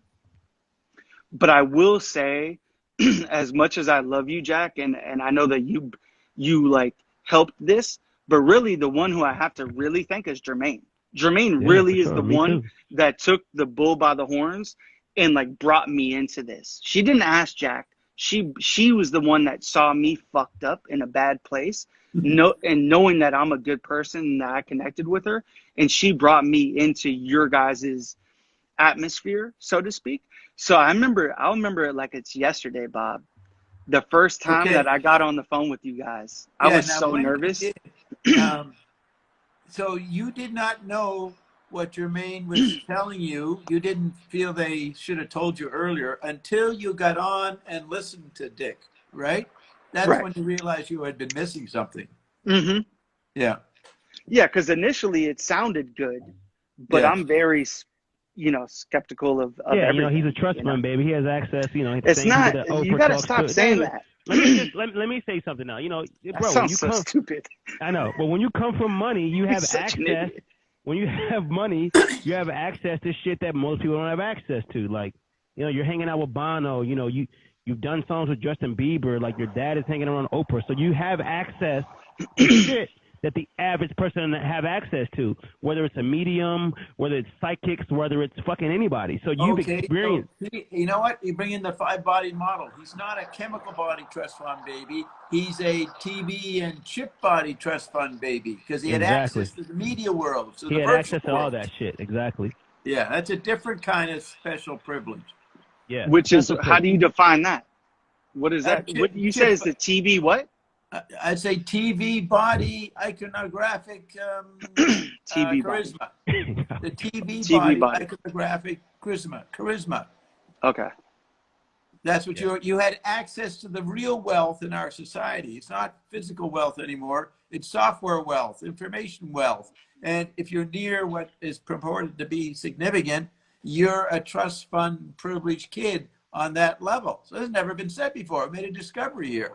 For sure. Hey, Bob, for sure. We got to write Bob, this down. When I You got a fucking pen and was- paper, Jack? Write when this I was- down. I'm going to show you. Write it down. Yo, when I was at this Green Street, at this bar, right? You got to think, I'm a kid from Baltimore, Maryland. I didn't grow up in the projects, but we had a good house. It wasn't like, you know what I mean? It was cool. I lived in Baltimore County. You had a like, great house. Relax. We had a good house. You know what I mean? But when you go and you see, when I saw Kinley's house, gated community, multiple floors, rooms in the attic, Range Rover, 750 Maybach, G-Wagons. His family had like 10 cars outside. And for me, I'm like, what the fuck is this? I've never been exposed.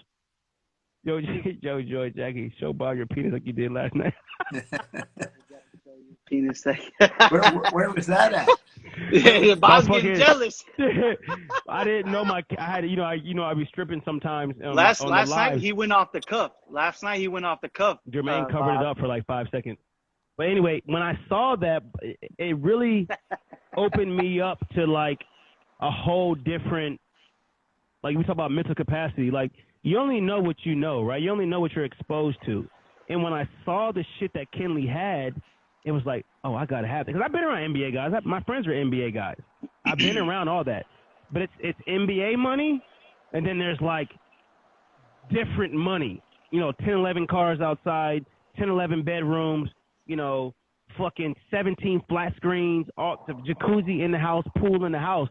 And it really like made me look at shit a different way. And Bob, I want to go to you to say, like, being a trillionaire, having access and having all this money, you don't even live like that.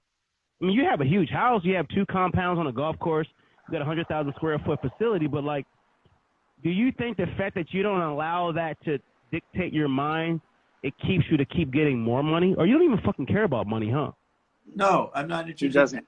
I don't know really what I have. I don't pay attention to it, but I went for geniuses. I like hanging out with super minds or beings like Zappa, like McClinton, like Mae Brussel, like Lyndon LaRouche, Dr. Beater, James Joyce, Spinning His Wake. That's what I was attracted to. And in a way, I once said to a older lady when I was a teenager, she said, "What do you want to be?" I said, "I want to be a monk." I want to be a monk. And I've lived like a monk in many ways. Yeah. That's okay. You have 10 of the same shirt. Hey, he buys one pair of shoes every year. No, it's not 10 of the same shirt. That's one of one. That's not 10 Go shirts. ahead, That motherfucker, Bob wears one shirt. Go ahead. Sorry. Go ahead. He has one shirt. You don't try to say 10. That's one fucking shirt. But he does buy one pair of shoes a year. Well, let's get out of fucking. About every 8 months. Let's get back to the topic of what we were talking about, Biden, right? And Kinley, I wanted you to come on here because I know Beijing Biden. Biden. I know your family's a lot of this shit. I know your family donated at least $25 million to the Clinton. All this, you guys donated a lot of bread, Democratic shit, right? Biden's the president now. Bob's talking about that the speech yesterday, Biden was a clone, and coming from someone like you whose family has donated over $20 million to the Democratic Party. When you hear Bob say, "Oh, Joe Biden is dead and he's a clone," what do you think about that? Well, first and foremost, Sam Bessler, shout out Omaha Baloo, the number one player in the country. He's Team Active Dreamers. Anyway, go ahead. The thing is, Bob, my parents were split. One was Republican, one was Democrat, and they kind of fluctuated, right? Who was Republican? Who was Democrat? At first, my dad was a Democrat. Your dad had that money. My dad was a Democrat at first, and my mom was Republican only for the fact that she hated Bill Clinton. She hated Bill Clinton. She thought he was a scumbag. Why? Because he got that head in the office? Yeah, she just thought that it was just...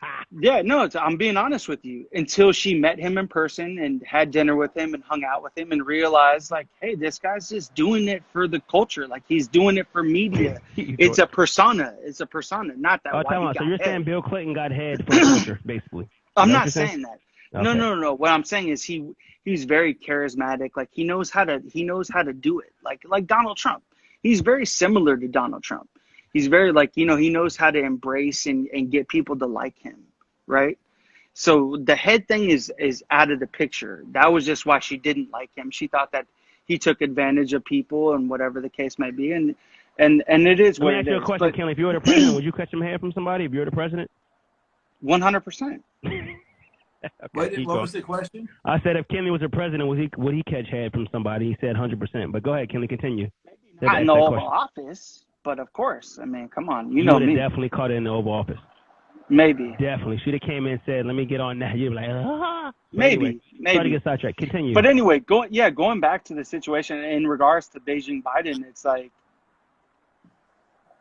they were Democrat and Republican on both sides of the aisle in my household. And it was very much let's see what's the best for our family, right? But head for bread. Head for bread. Always. You know the deal.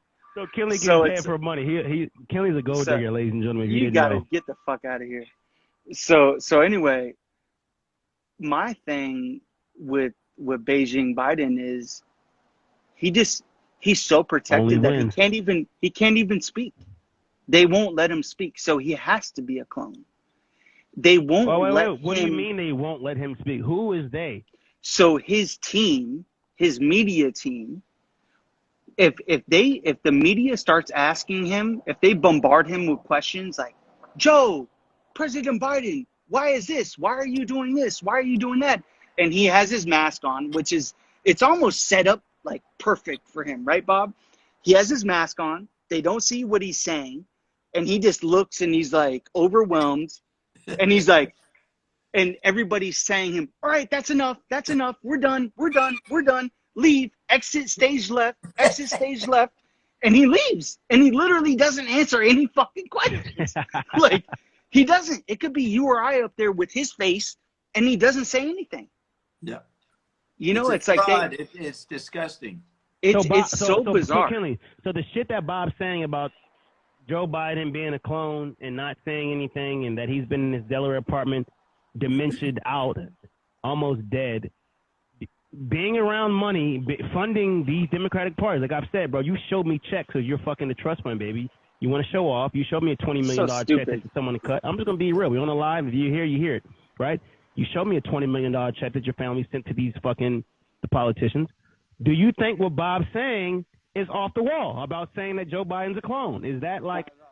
Not at all. Not at all. And not it's not, I don't think it's off the wall for the simple fact that if an individual is out there on a format where they can interact and they speak their mind, and he says, hey, what happened with Trump, it was, because that was the campaign. It's like, fuck Trump. He did you guys a disservice, XYZ, so on and so forth. Forget about Hunter and all the other scandals that transpired. Now he's elected. It's like, hey, you did your job. Go back into hiding. We don't need you anymore. You don't have to say anything. You're in the position of power, and we don't need you anymore. Because all you're going to do is mess it up. Okay, so I got a question to you, Bob, about the messing it up, right? I know Trump did these things and built the wall of Mexico and all that. And then you see Biden open his wall up. And I hear that the Mexican cartel is doing a lot of stuff and bringing money in. Was the reasoning for this allowing the Mexicans in and all this shit to get money from the cartels? Because I heard they're running shit right now. Can you talk about that? No, they are, and also the public reason is that the Democrats need votes, so they bring the immigrants in. But no, the drug cartels run everything, and then there's other cartels. There's no America in a traditional way. That's why Trump was kind of unique. He made an effort, might have been futile, to move it back a bit. Dickie said no. Dickie said no, Bob. No, what? That's where it gets spicy. Dickie. Yeah, it gets spicy right now. Yeah, what's he saying no? What do you mean? What are you saying no to, Dickie? Anyways, we never agree, so who cares what fucking Dickie said? Fuck Dickie. Look, I'm explaining something here. Okay, sorry, go ahead, explain it. Yeah, let him finish. What's happened is Biden's already lost everything. The Democrats are screwed. They're going to get wiped out in 2 years, and Trump's back in charge.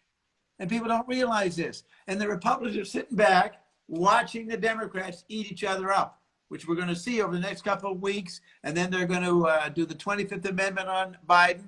He'll be declared insane and removed. Wait, Bob. And the 25th Amendment and this thing they're gonna put on Biden. How long is this going to be in the next 2 years, next 2 months, 2 weeks? How fast is this going to happen? Probably within a month. So yeah, okay, you hear it first. You're hearing it first on the Step Back with Jack podcast with Trilly Bob and our brother Dickie Dobbs that Biden is going to get hit with the 25th Amendment in the next month. Yeah, and then you heard it first. And then on top of while that's happening, a lot of people will be dying. It's going to be a lot of chaos happening. We are in the year of the tribulations from the book of Revelation. Everything that's written up in the Bible about the tribulations for 2,000 years, we've arrived at that spot for the next year and a half. We're in the tribulations. Does that have to do with 7 trumpets? What? Does that have to, Dickie Dobbs said, damn it, man. I don't know if you're supposed to say that. But anyway, we only got care. What the hell? He's crazy. He doesn't have any values. He's just trying to get attention and distract from me. He doesn't believe or mean anything he types. He's a fucking nuisance. Okay. I think Dickie. Hey, come on, Bob. We know Dickie Dobbs knows his shit. No, They both he know doesn't their know my shit. shit. He doesn't know my shit. Do you know more? So you're saying you know more than Dickie, but you get your information from Dickie. But you get the information from Dickie. Yeah. Oh yeah, I don't mind him. He's a good consultant, but I make final decisions. I make the decisions, about what's relevant. But I want Kelly to hear this. Then Kamala becomes to be president. She won't even make president. They're going to impeach her before she even gets into the White House. You think so? Yeah. Wait, so you're basically saying that they're going to give Biden the 25th Amendment. The person's getting in the White House because she goes back to Baltimore 80 years with her father is Nancy Pelosi. Only when. She's going to be in the White House. We're not getting COVID shots. Somebody said, are you guys getting COVID shots? No. That's an N-O. We don't do no vaccines. No, we don't do vaccines. We No. on that. We on RNA. Get on the products. You don't need Get on the that. products. You don't need it. Yeah. And so then Pelosi will be so hateful that the governors will have ignored, as you're seeing in Texas and Arkansas, they're ignoring the federal government, they're ignoring Biden, and they're going to take up their own world as states, and they're going to have a convention of governors, and that'll lead to a constitutional crisis, and then there'll be a constitutional convention, and out of that will come a new structure politically for America. It's all happening next year or two. And Would you say then that's no more taxes? Trump will be made viceroy of the new structure, and Trump will be back in charge because the Bible says in the book of Revelation that the seventh trumpet, which Trump is, never falls, remains standing. That's why David McNeil of the New York Times just went down. Cuomo's going down. If you go against Trump, you go down. And there's like 150 people now, because it was about a year and a half ago that they showed a list of 115 people that lost because they went up against Trump. You don't hear from De Niro and Streep and those people that first were yelling about him first couple of years. They realized. And Barbara Streisand's husband, what's his name, James Brolin, told her to back off. You can't beat Trump. That's the facts that everybody knows. I got a question for you, Bob. So the facts that you say everybody knows, you don't go against Trump, right? Yeah. I'm going to take it back to, Trump was on the media. He had his own TV show, and he had this demeanor about him where it's like, you can't fuck with me. I don't give a fuck what you think. I'm Donald Trump. I'm the biggest and the baddest, right? And then all of a sudden you see all these things happening and you see him disappear, right? He disappeared, but I feel like he knows something that's going on. Like he knows, I got the power. I ain't need to say shit. You're talking about the last few months. Somebody said he lost, my guy. Stop living in the past. That's what Vintage 1990 said. He lost, my guy. That's Stop what living you in the past. That's what you think, my guy. Biden's dead. The Democrats lost. Hold on, let's see if we can bring him in real fast. Hey, Vintage, we're gonna bring you in here and you can get in this conversation. I bet you if you want to tap in. He declines. We need to bring in Dickie in here. If anything. Nah, Dickie ain't gonna come in. I'm gonna try to bring in Vintage. Oh, but real quick, while we're waiting, he ain't Dickie Dobbs can be on the sidelines like Kenley was in the basketball games. He can heckle the opposition, but he ain't going to be on the plate, on the court. Big Dobbs is the Kenley of Dobbstown. Kenley, we're going to bring in my guy overseas Fitz. Let's see if he comes in. That was good. I like that. That was good, Bobby. Yeah. But focus on what I'm saying. We're in an incredibly revolutionary time. Yo, what's up? Hey, so guy? Bob, this is my friend. Kenley Moore. He owns a site called Overseas Fits. He plays basketball in Europe right now. And one thing I will say about this guy is that he's tapped into the shit that we talk about, and he's not he doesn't shut it off. He's a basketball player too. You're in Dubai or Iran right now? Where are you at right now? Iran. Where you playing right now, bro? Iran.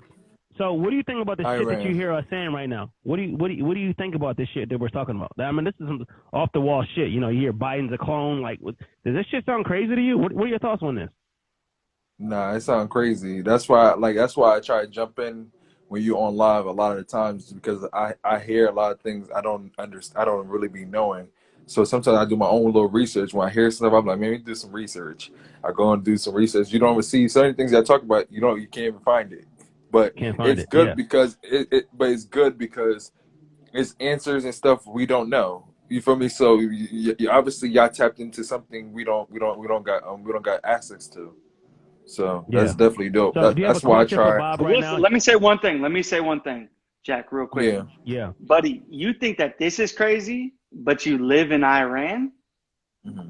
No, he plays basketball in Iran. Yeah. Doesn't matter. Iran, but you got to understand, Iran is not what everybody thinks. See, he plays basketball before. You go. No, you're sheltered. You're sheltered. I get it. That's the prime example of what we talk about. It's like the things that we say. It's like you say it sounds crazy, and everybody has this picture of what's really happening. Just like everybody has this crazy picture of what Iran is, but it's not what's really happening because you live in Iran. But it's not as bad as it really is. Now, let me say something. You're right, because we've had professional athlete friends that, just like you, Jack, that go and play overseas. But the thing is that they protect and they shelter these professional athletes. They don't want them to know what's going on. But when you're living in Iran, are you culturing yourself on what's actually happening there? Bro, Or are you just there getting a check? He's the best player in Iran, bro. He's the best player. So it doesn't matter, Jack. That's not what I'm saying. So he probably has security and everything. But are you aware of what's actually going on in Iran? What's the last part you said? I said, are you actually aware of what's going on in Iran? Not just you living there. I'm not saying that you have. So this is my second year in Iran. So I played in Tabriz and I played in Tamron. So it's more sheltered this year because of COVID. Last year we used to travel everywhere. So I get what you're saying, but I mean I try to do my own little culture thing and actually get research and see things. But you're right. There's certain things I don't know. And I will never know. I mean, I just play basketball. I'm only there for a few months, and I'm back to the States. Yeah, exactly. That's what I'm saying. That's my point, Jack. My question to you is, it's a good point. It's a great point. So my thing is this: last year you were MVP of the league, right, or top player, right? Yes, sir. Okay. No, I was MVP of the league. Yes. Okay, my bad. You're MVP of the Iranian basketball league. So yes. Being an MVP of the basketball league, do you get access to information that the average person doesn't get access to? Like, being an MVP, they probably don't want to share the shit that's really going on. Is there bombs? Is there the way the media portrays in the States? Bob, okay, matter of fact, let me ask Bob, all-knowing. What are your thoughts on Iran, Bob? Is Iran really a bad country? What's going on in your world of how you see and picture Iran? The people live on an abundant society, but their leadership is controlled by the old Bolsheviks that came out of the Soviet Union. So they're basically controlled by China. That's bad. The leadership. And, if you get in the way of it, you'll get in trouble. But there's a lot of middle class in Iran now over the last 20 years. And they have pretty close to Western lives. It's a normal, peaceful country for the citizens. For the people that live in there, it's peaceful. If you don't know, you don't know. They don't say anything to go against the political line of the leadership. They go along and fake that. But my interaction with the Iranians, they're very nice people. And they're like us. They're like people. They like having fun. Got it. His shit is spinning right now. Who's hit? Iran right now? Iran. No, I'm saying his where his. I know, but is he there right? Is he there right now? Yeah, he's in Iran right now playing basketball. He was the MVP. So Bob, MVP means most valuable player. That means he knows what it means. No, he doesn't. Bob, what do you mean? Bob definitely doesn't know what MVP means. I know. Bob doesn't know what MVP means. I know what LOL means. LMAO. Hey Bob, what does LOL mean, Bob? Laughing my ass off. No, you fucking. LOL means laughing. Can you out believe loud. this guy, Bob? LOL means laughing out loud. Oh, no, Dad. Who told you that? Dickie Dobbs joined. What the fuck? Now, No. may they rest in peace till we get there. Now what you gonna do? Hey, it's lit. It's lit. We listen to all this saying nigger shit that we can't take no more. Hey, Bob, Bob, your fucking evil brother has joined the fucking chat with Kinley. Yeah, he's a racist. He knocked out your The friend. rooftop. Things happen. Yeah, see? Hey, Dickie He's a Dobbs. fucking racist. What is your thoughts on this Bob saying that Biden is a clone? What would you say about that? He is. They've gone through two already. Go to TikTok and look up his ears. So you're saying that... His ears are ridiculous. They're not What do you human. mean by his ears? Too They're clone. too big? What do you mean? They fucked up? Look at their TikTok. They're like a mongoloid's ears. They're not real. They didn't come out good on this particular clone. Yeah. Oh, so they It's a fucked up badly on the made ears. clone. All right, so Bob, we're talking about Biden, and we're saying a lot of stuff that I'm sure people are like, okay, yeah, Biden was a clone. But Jermaine sent me a picture that was like, yo, Biden has his speech, and then he has his speech, and then it's nowhere on social media. You can't find it anywhere, like nowhere. Well, the tech What is the body point of? controls that. So Dickie Dickie, are you part of the tech body? Don't fuck with us unless you really want to fuck. I love how Dickie has the R&B in the background. I love it. It's so lit.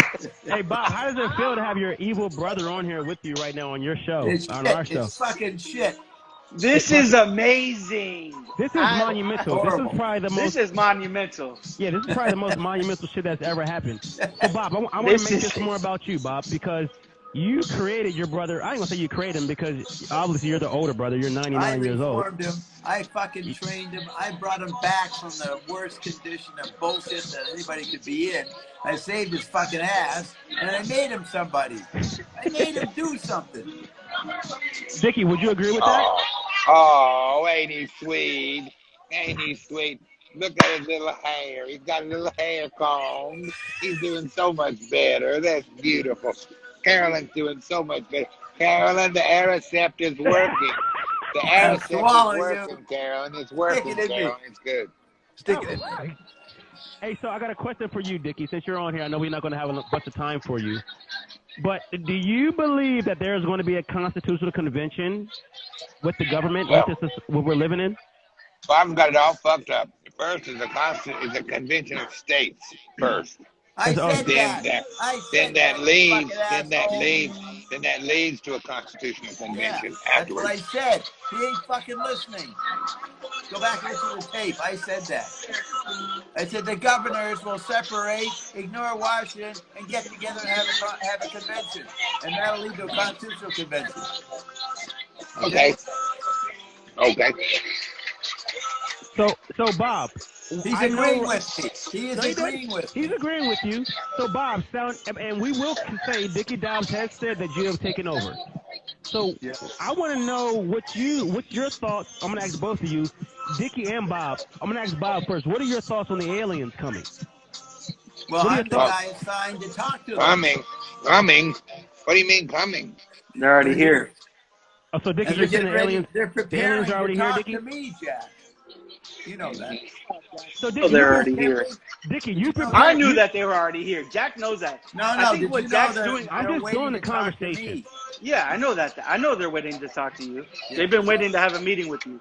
But Jack knows that too. They want to get some bad stuff from Dickie Dobbs. That's all they want. They just want to get access to Dickie Dobbs. They got to do it Dickie through Dobbs, me. where the fuck are you at?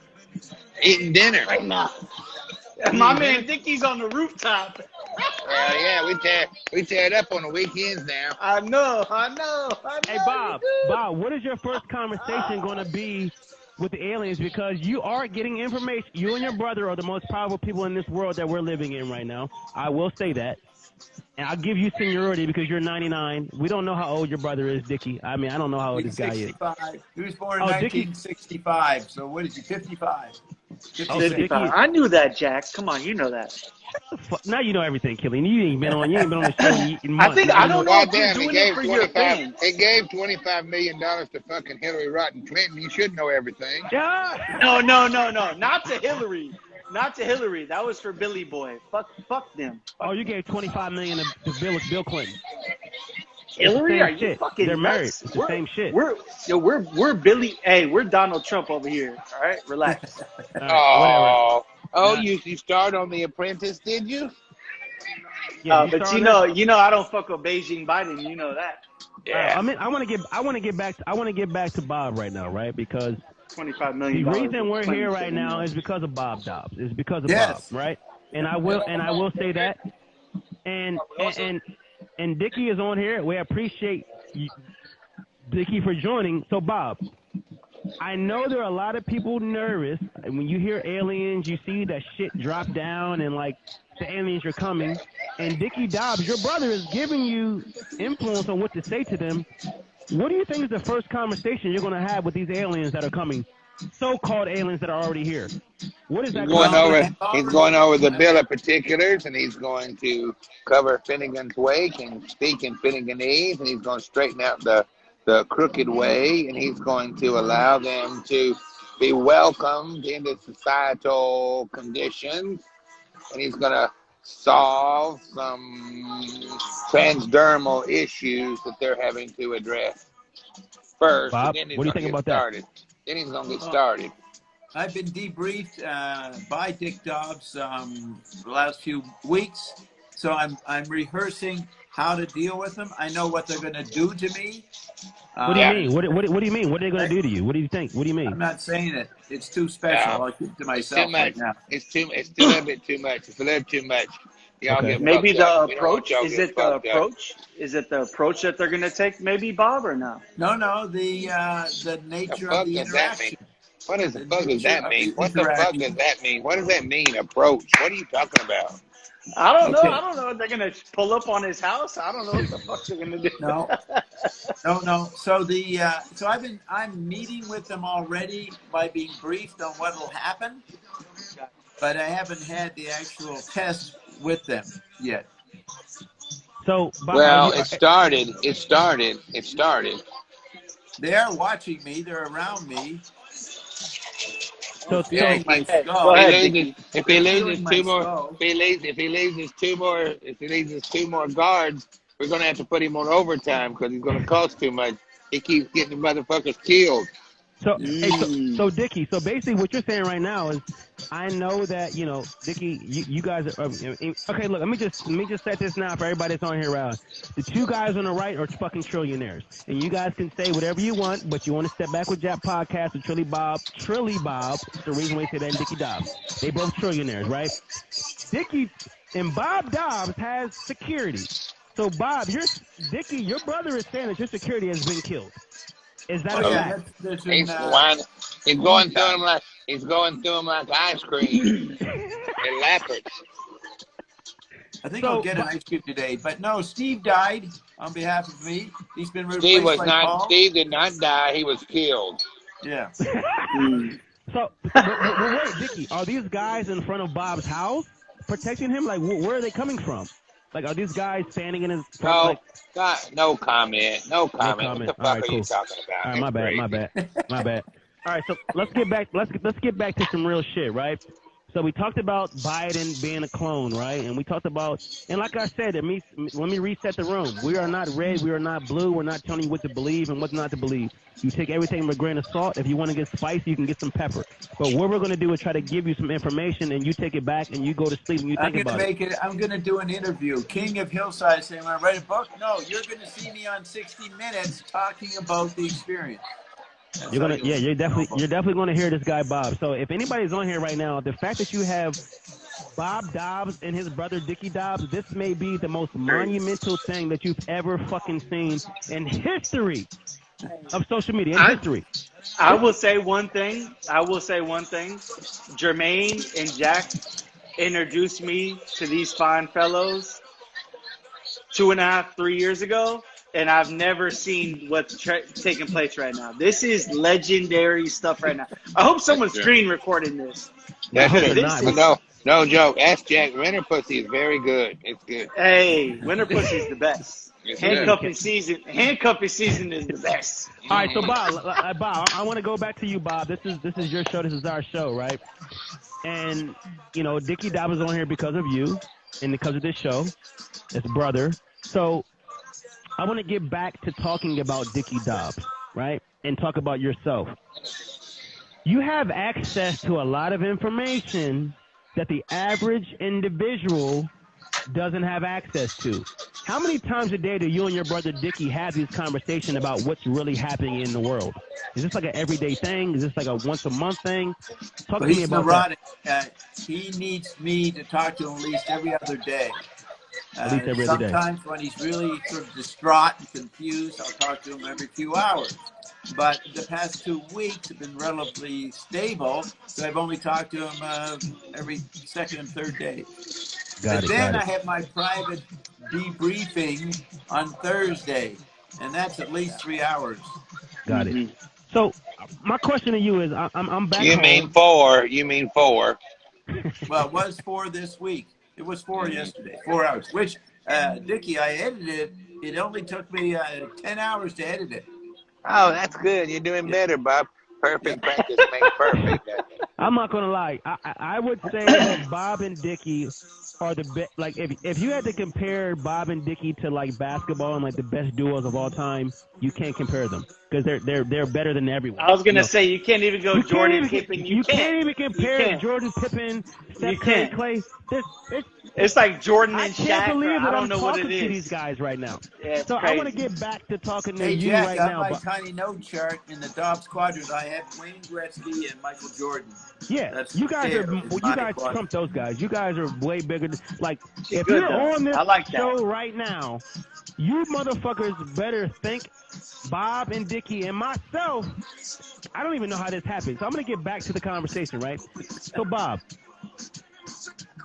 do you ever wake up nervous because of the information that you know and the things Bob that you have don't wake access to? up.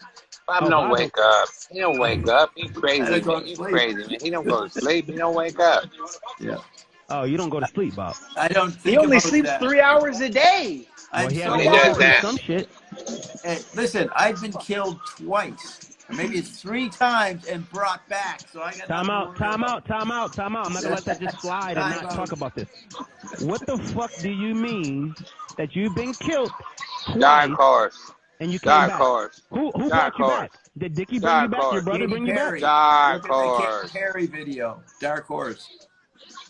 So you don't mean you've been killed physically? No, You Oh, physically. hell yeah. Oh, hell yeah. That's how you get killed, Jack. So how does he come back? Is it because of Dickie? Other Bobs replaced me. There's more Come than on, one Bob. me. There's more than one you. Is there more than one Kinley? Dickie Dobbs. There's only 6 Dickie Dobbs left. There were 12. There's only 6 left. So what if the next 6 get gone? What's gonna happen? Is there a protection over Dickie? Y'all, fuck. Yo, fuck. I gotta get a notepad. Where'd Kinley go?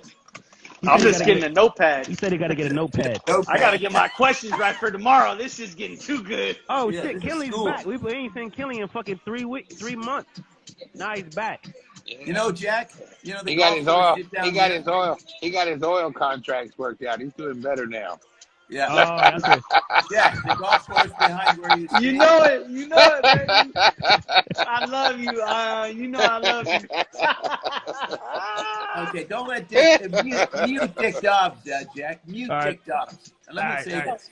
All right, You know go the ahead. golf Don't mute course. This Go is ahead, legendary. We Go can't ahead, do Bob. that. Go ahead, Bob. You know the golf course behind where you stayed here? Yeah. I was walking across that golf course about 6 years ago, and I Yeah. was shot by a sniper, and 3 bullets went right through me. Didn't touch me. Nothing happened. Oh, so that's what Because- you mean by you been killed. No, I've been killed too. But I'm telling you about sometimes I don't get killed. It scared the guys. The bullets went right through me and nothing happened because Dickie Dobbs guided the bullets through my body, through the intervals, the gaps. Oh well, that's your They trade a lung or a heart or anything. What? Hey. Yeah. Yeah. well, that's crazy. So I mean, let me rewind that. You just basically told me you were walking on a golf course.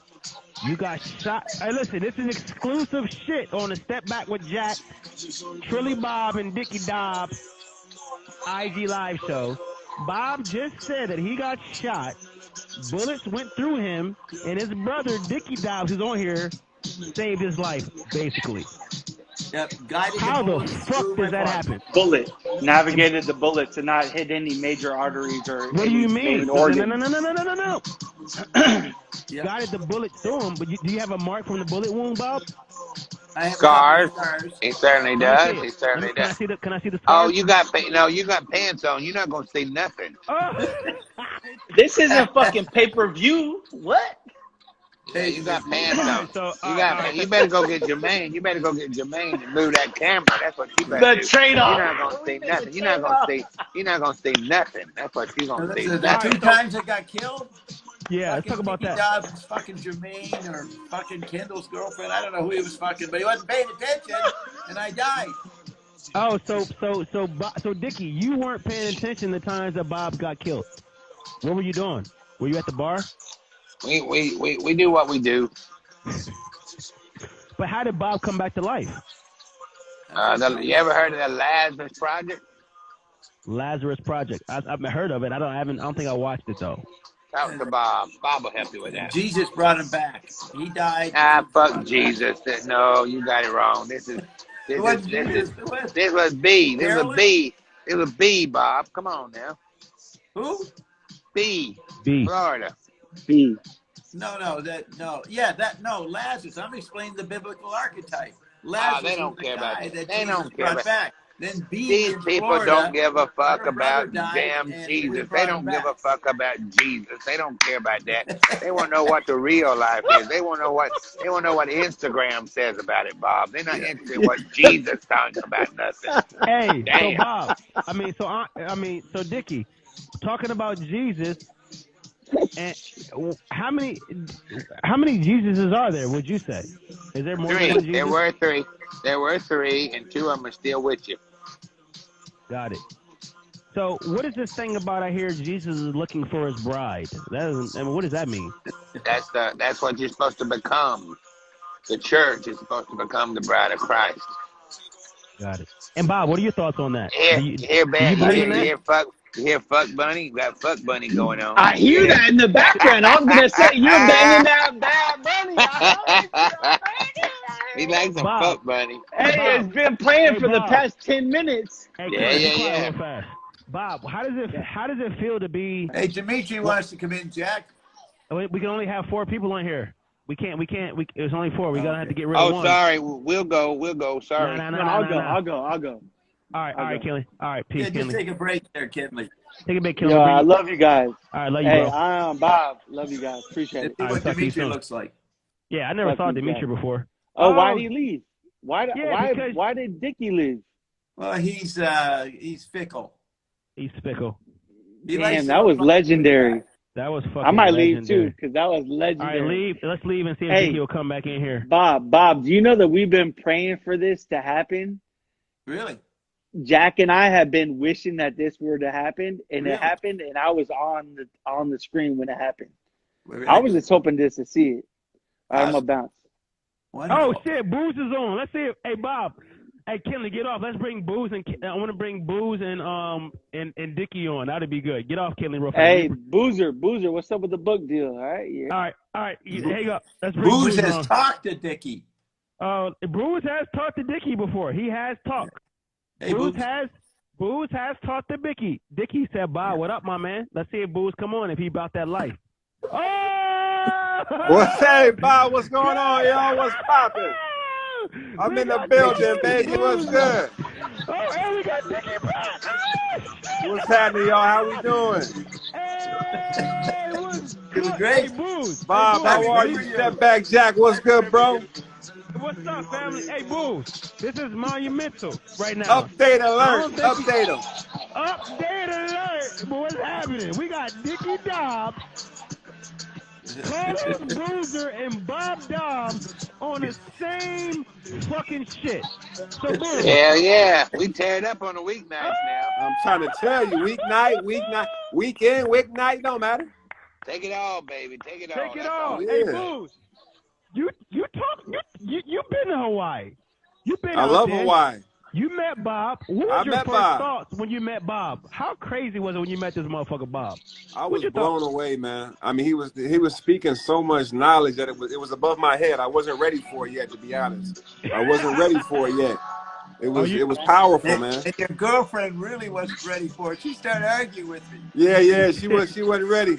Yeah, wife that wasn't now. my girlfriend though. But yeah, she wasn't ready.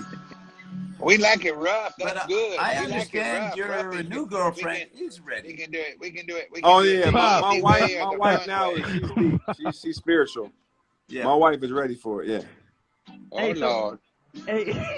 Hey, Dickie. Hey, what's up, Joe? What's up, Jose? Hey, Dickie.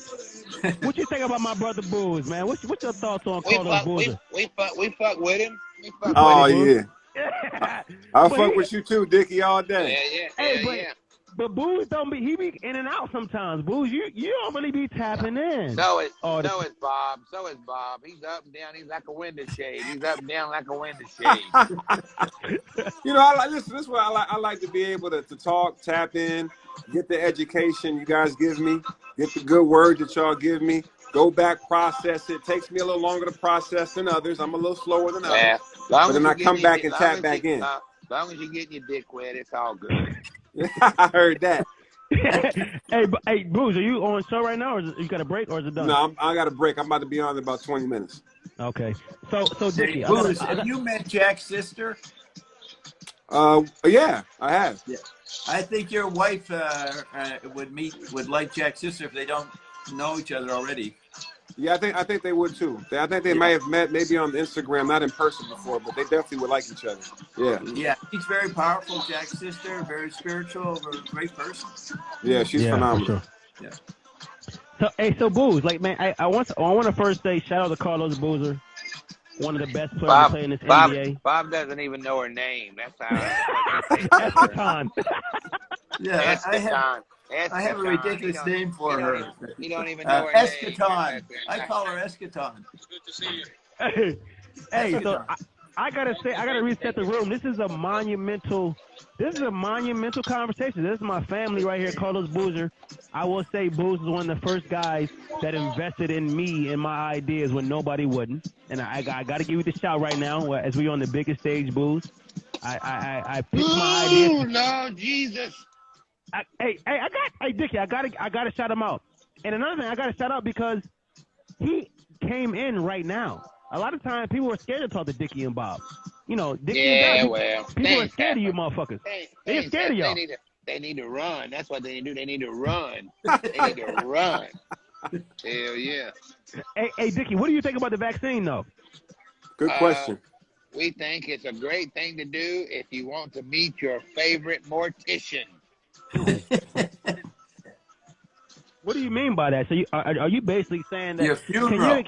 Can you know explain? What a mortician is? I do, but I want to know the telomeres in your cells. When you introduce any of the vaccines, the 3 that are presently valued, when you get herd immunity to that condition with the thing that's coming next, you will fall dead as a sack of goddamn hammers instantly.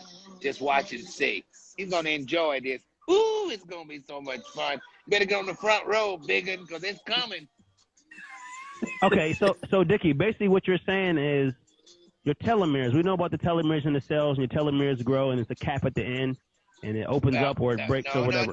No. You're confusing that with the inside condition of the cellular restructure of the herd immunity. Have you heard? You heard me?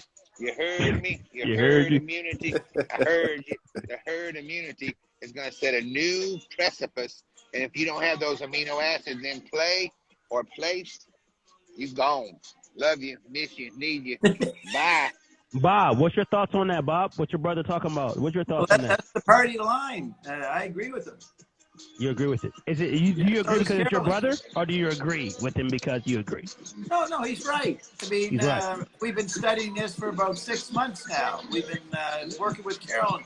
Carolyn's been doing it for 9 years. Carolyn's been doing it for 9 fucking years. She's got a goddamn grimoire already, for fuck's sake. So, yeah, go get Carolyn. That's what you need to do. That'll straighten your ass out.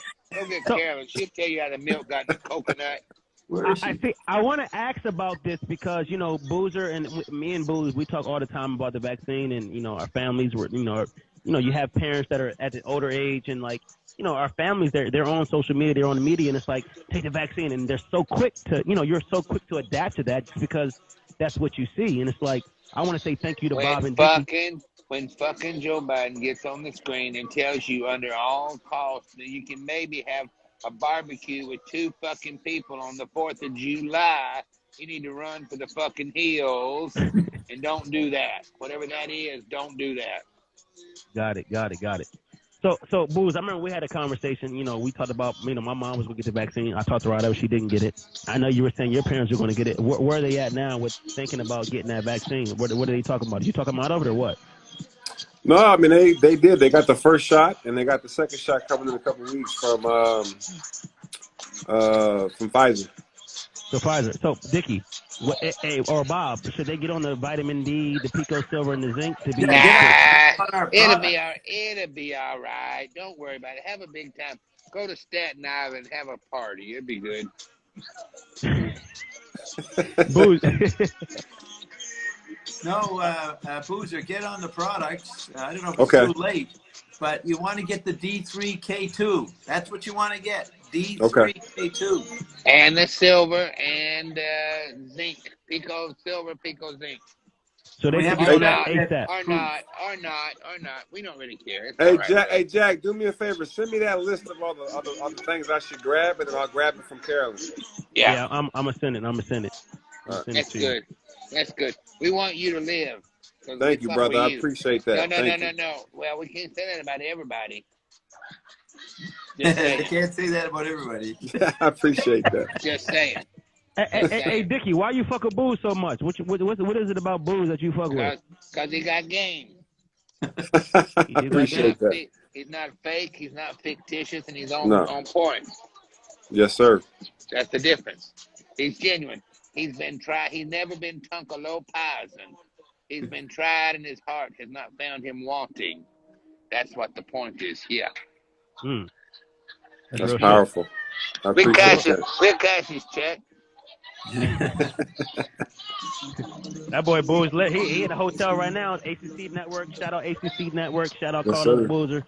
Keep doing what you're doing, Booze. I appreciate. How much We're you got to go back in? We're gonna help you. We're gonna help your show. It's sort of pathetic, but we're gonna help your show. Hey, Dickie, I appreciate that, man. Yes, Thank you that's for the least love. we can do. It's the least I we can appreciate do. that. We can hang with you. Just hang with Bob. Bob will treat you so many ways. You bound to like some of them. Yeah, absolutely. Hey, Bob, what did you think when you met Booze? Because I mean, me and Jermaine traveled to Hawaii, and I was with Booze, and you guys walked because where were we at the Booze? We're at the Four Seasons. We're at the Four Seasons Maui. Shout out, we're at the Four Seasons Maui, and Bob and Carolyn walked to the Four Seasons Maui, and we were chilling at the pool. Bob, what was your first thoughts when you saw this like mega giant? Because I'm sure you haven't met motherfucker that was as big as you. All right. Yeah, no, it was his bigness was incredible. I even became stupid and asked him what it was like or something. The questions everybody asked. I became a normal person and had the same curiosity. Yeah. I'm still very curious, man. Yeah. So, right. Booz, do you have any questions for while you're on here? I know you got about 10 to 15 minutes. Do you have any questions for Bob or his brother Dickie about anything that's happening? You got it. I mean, shit. The fact that I'm gonna say this is monumental that Bob and his brother is on this live right now. Yeah, absolutely. This is bigger than It's bigger than God. It's bigger than Jesus. But we're gonna catch goddamn hell for it. He's very selfish. Bob is very selfish. That megalomania, quadrophenic, manipulant motherfucker. He's gonna run us into fine powdery pup. We're doing what we can do for the cause, goddammit, until y'all can do better. Bob, does this make you mad, Bob, that Dickie's on here or no? No. If you guys like it, it makes the show unique. I'm all for it. But hey, Booz, you fuck with it that Dickie's on here? Because I know. Listen, I'm happy everybody's on here. I haven't got a chance to talk to you guys in a long time, so I appreciate you guys taking the time right now. Yeah. Hey, Booz, is there a young player you recommend to look at? Who do you like? Yeah, I mean, that's a good question. You mean naked, Bob? You mean naked? Look at naked? Is that what you're trying to say? Nah, I like Dame Lillard. He's in the NBA right now. Some of the young guys, I like Scotty Barnes. He's at Florida State. Barnes is going to make on Florida State. He's going to make it. Yeah, he's very good. He keeps that goddamn rock candy out of his nose. He's going to be all right. Yeah. He's a real good young player. If there's one person to watch, I watch Scotty Barnes. He's stoned out of his mind, but he's going to be all right if he gets that. Yeah, you been chasing that dragon now. You been get ugly. It's going to get ugly. Yo. Hey, Booz, you got Booz. He's just saying, but Booz, you got any questions? No, honestly, right now I just appreciate y'all taking the time to rap to me like always, man. Booz, you guys always drop knowledge, bro. I'm trying to think that the biggest question I got is where will the world be in the next year from now? Are we still going to be locked down? Two-thirds going to be dead. Really? Wow. Yep. Yeah, you know the Bible, Booz. We're in the tribulations right now. We're in the tribulations. Yeah. We're in the Bob. Can you break down the tribulations? Well, that's easy. That's easy. Bob says he'll be fresh as hell when the Fed's watching. Bob, what's the tribulation? Or do you want Dickie to break it down? It's a 7-year period.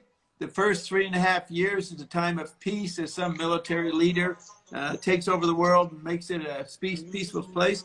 And then it all falls apart in the second 3.5 years. So you have Trump, 3.5 years of relative peace. He's the only guy who never had a war. And now we're under stupid Biden, 3.5 years of chaos. Well, he won't last that. He won't last that long, y'all. No. Don't get too tore up. Don't get too tore up on that. It ain't gonna last long. Right. But it's still going to be bad. They're going to be back. Well, when gas gets to be $10 a gallon, somebody be crying then. Oh, I will Bob say don't own that. a Gas car. has went up. Gas has went up. I've noticed that the gas prices have went up. Bob don't have a car, but he's got one in his dining room, so you do what you want to with that.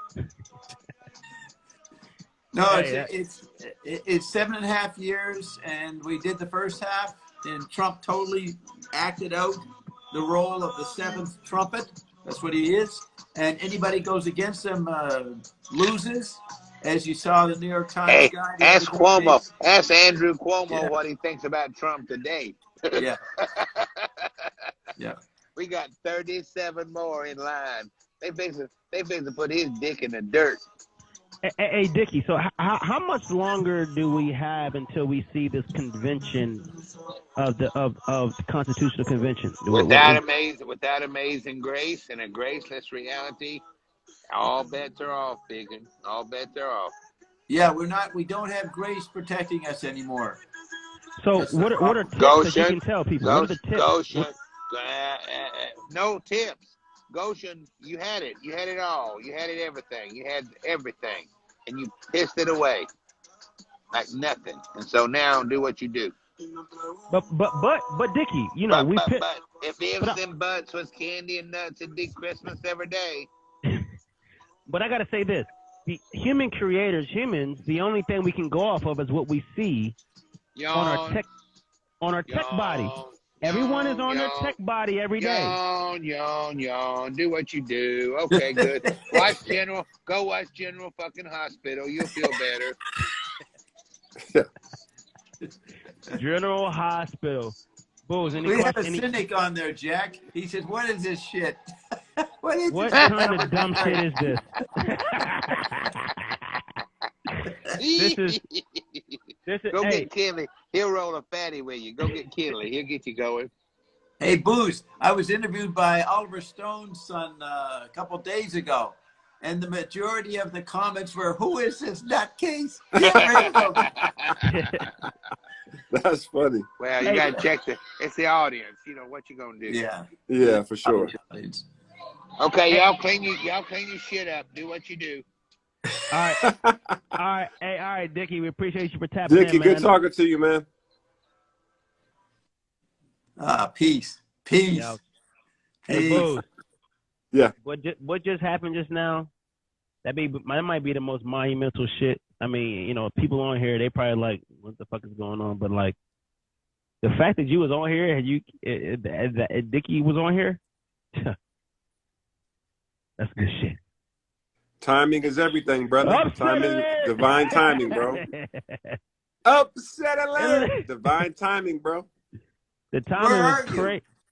I'm in Miami at a hotel. I'm doing the ACC network broadcasting some of these new college guys and March Madness going on.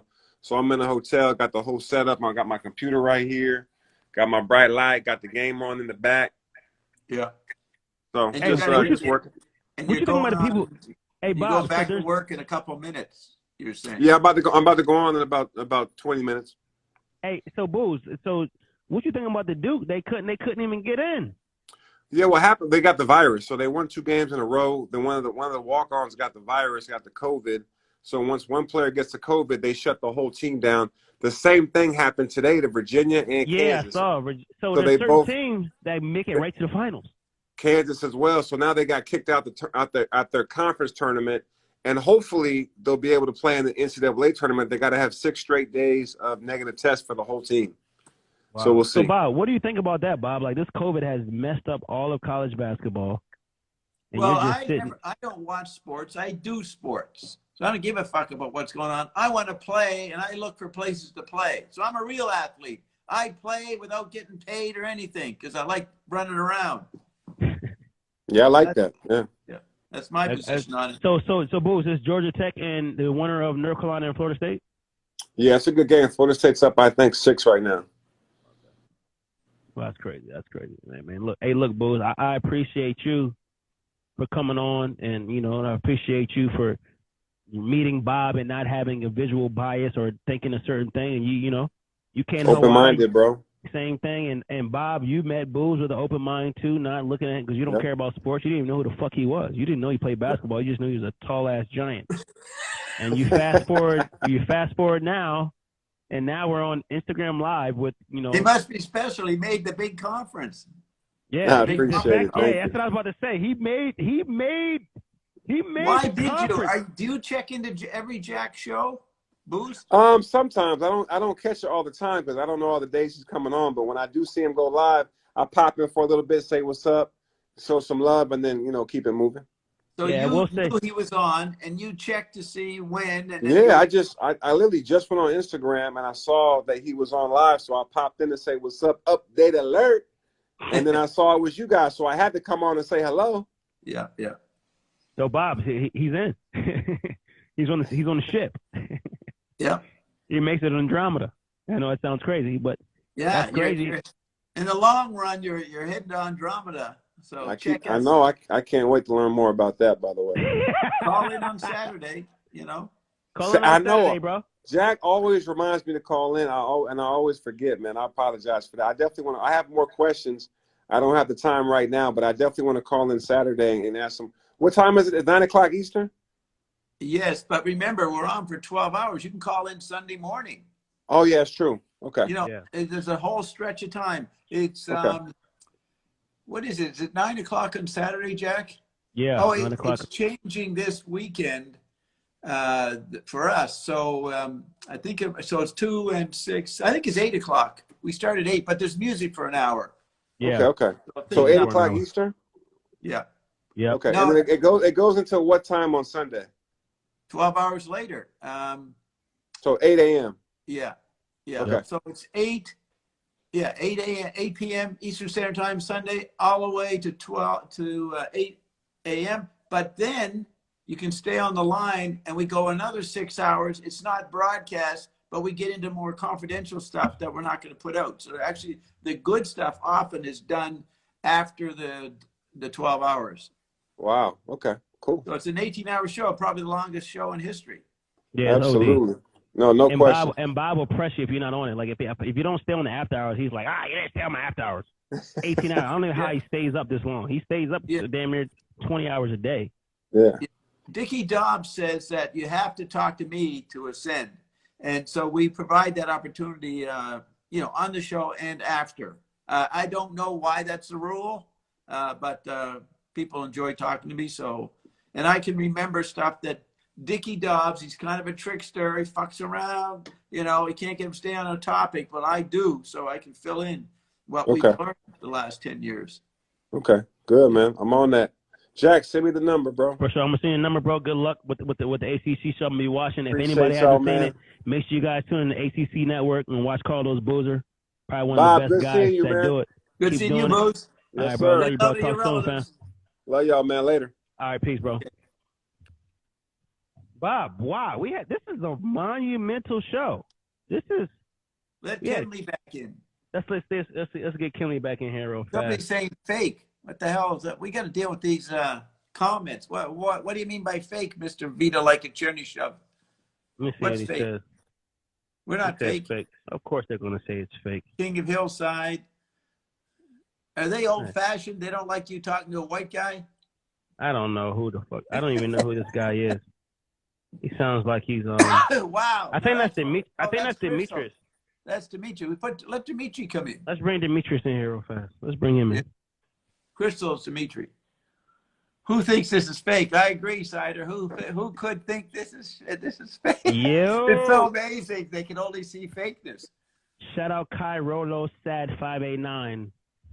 Hey, That's up to 22. Crystal right 5, here? 8, 13, 9, 22. 5, 8, 13, 9, 22. Oh, that's you, Bob. He asked for a shout out. Hey, is this Demetrius? Or is this Crystal? Or is it nobody? You're in here. Hello? There's We can't Crystal. hear you. Crystal, we can't hear you. Are you Oh, talking? am I here? Oh, we Now hear you you now. are. Yeah, we hear you. Oh, well, it's a little too late. I had Dimitri earlier. He's on the phone with his mom. Hi, guys. Oh, that's what I'm Crystal actually. looks like. What's up, Crystal? Hi. What's going on? Hold on. Cancel. Nothing. I was taking some notes in my I have a little book here that I'm like, I take notes in when I listen to you so guys. I Crystal, don't be quiet. what do you have to say to the people that say this shit is fake? What are your thoughts on that? I think that was what I was just thinking in my head is, I hear you guys talk about a lot about media and I've, barely delved into I feel weird. I feel like Dimitri should be on, not me. Where's he at? No, go ahead. Well, he was here. Look at Jermaine. No, We won't he let was you here. see Look, Jermaine. hold on. I'm gonna turn. How do I turn my camera around here? I don't. How do I do it? Hi, Jermaine. Hi, Crystal. Look, so he was making music, and I thought he was gonna join, but Booze came on, so he's here with his mom. Is she still on the phone? Yeah, he's here now. He's here now. Yo, what up? What up? What up, D? What's up, guys? What's you your over there opinion? doing? Hey, what do you have to D, what do you have to say to the people that are on here saying this shit is fake? Because you've been around here for a minute and you've been doing some research. What are your thoughts on this whole shit? Where'd Jermaine go? She went back to the room and listened to you in the room. It's only one Well, mic. first I want to say that Sorry. I don't want to say anything, man. Hey, what's up, Bob? Hey, Bob, this is the first time you saw Demetrius? What do you guys want me to say? I told him, I said, oh my God. I was like, I was Bob, here. I'm I said, nervous seeing you, man. You have to be part of it. Crystal, I want to hear your opinion about the fake issue. Oh, no. So I had this, one of the questions I really want to ask eventually is like, why can't I remember stuff? So I'm starting to write stuff down. So you guys talk a lot about media. Obviously, there's, the whole McClinton journey to go on eventually. But I was just watching it be used in such a way when Ion joined, because I saw His name is Dickie Dobbs. 50 people, Jack? Yeah. Dickie. Yeah, so I saw almost like 45, 50, almost 50 people on here, just in my short time, because I use Instagram frequently. It's okay. Bob asked me a question. Well, okay. Okay, so what I was thinking was that I just saw it be used in such a way that Okay. that was respond to my question. Wait a minute. Crystal, she's not used to completing her thought. No. Oh Crystal, God! complete the thought. Crystal, complete it. I told my friend you called me Adold. So, anyways, but back to what I was saying. I was just watching it be used in such a way, and what I think about it is that you guys, here's these two basketball players with you, Bob, and then Booz comes on, and he's got millions of followers, and there's all these people listening to the stuff about Ascension and Andromeda. And it's change, and I think it's scary. It's hard for people. That's what I think. For sure. I mean, the information. I always talk about this shit as salt and pepper. You take this shit with a grain of salt, but if you're ready to get spicy, you're gonna get the pepper. You know what I mean? So there's the salt people that take it with a grain of salt, and there's people that like to get spicy and they take the pepper. So I'm a pepper person. I love pepper. Exactly. I actually love pepper. Either you're salt or you're pepper. You know what I mean? Like, you can take it with a grain of salt and you can be salt as light, or you can be pepper and get spicy and elevate. So at the end of the day, I want to reset the room and say thanks for Bob for coming on and like sharing his time, because I know, Bob, you have tons of meetings every day. No, I don't. Okay. You don't, but I just thought that was so freaking cool that Dickie came on, and I was like, oh my God, Dimitri, and he was like making his music. That's what he was doing. I wanted to join in when he was making this beat because it was really dope. Oh, like, Dimitri, you make music, Dimitri? Yeah. You want to go turn it on for him? Hey, put some shit on then. Come on, here. You make beats, or what do you do? What do you do with music? Yeah, I'm like, It's too coffee. It's past Hey, time. what's y'all I'm on like, Wi-Fi? Your dude, shit pixelated. man, why don't you film it Your at shit 3 I o'clock? told pixelated you right now. it's too coffee Friday. Hey, Bob, this is a monumental show we had tonight, man. This is So look, you guys, we had my a only boozer. complaint, we have 5 rooms in this house, Oh, and you he's getting got money. the shit on the couch everywhere. I mean, it's all over the house, but No, that's all good. can you hear it? No, we can't hear nothing right now. We can hear a little bit. Look at Dimitri bouncing.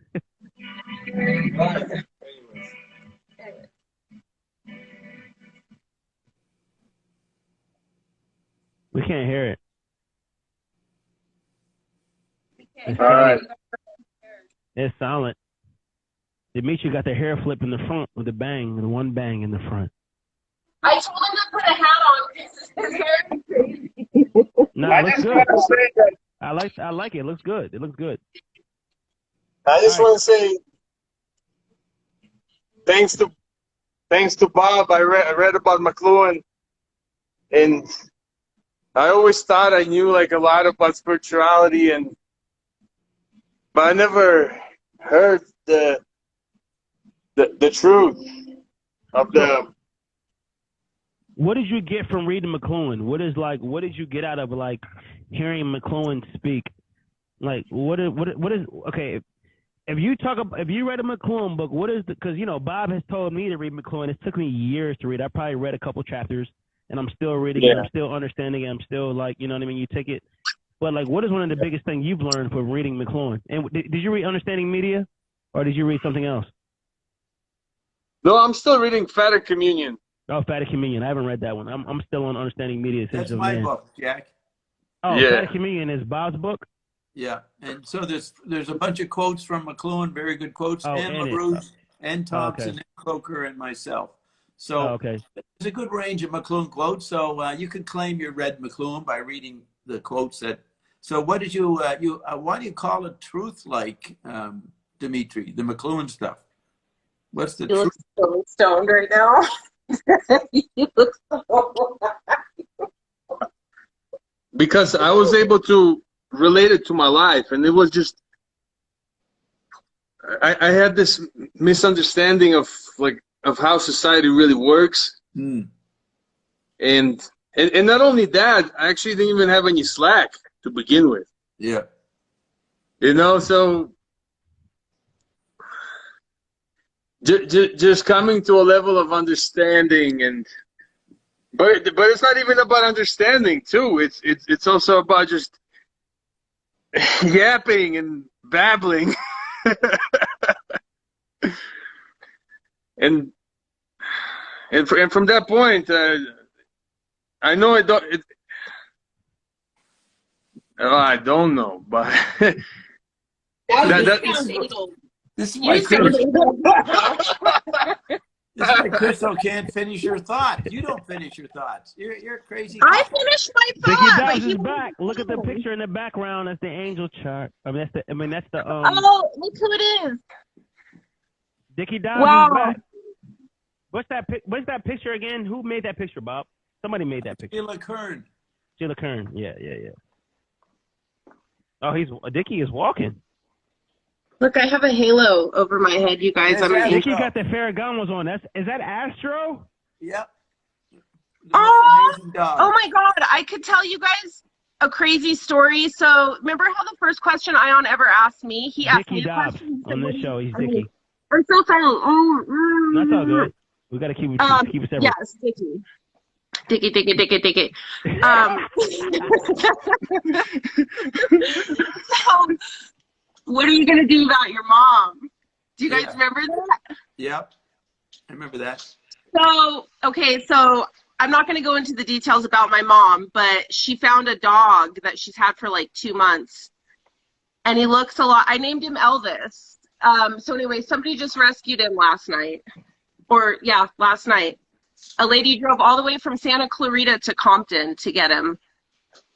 Really? That's cool. Yeah. I'm not kidding you. It was a husky mix. Anyways, Hey, so Dickie, back your to floors, look just like the floors here. The floors here. We got similar floors. Terrazzo. Terrazzo, very similar. All right. So back to this conversation that we're having. Walking back to Astro said, "Fuck you." That's cool. I fuck with you. It's all good. Back to the step back with Jack and Trilly Bob and Dickie Dobbs. Astro say, "Rub my dick. Rub my dick. Rub my dick." He doesn't want you to rub his dick for sure. Don't do that. Hey, Bob, get your brother right now. Bob, get your brother right now. Yeah, Bob, get your brother. Bob, Hey, man, get your brother. Rub my dick. It's what he wants. Oh, hey, so. Wait, you guys want to see my dog? Yeah, where's that? Let's see. You're still a whore, but we'll see it.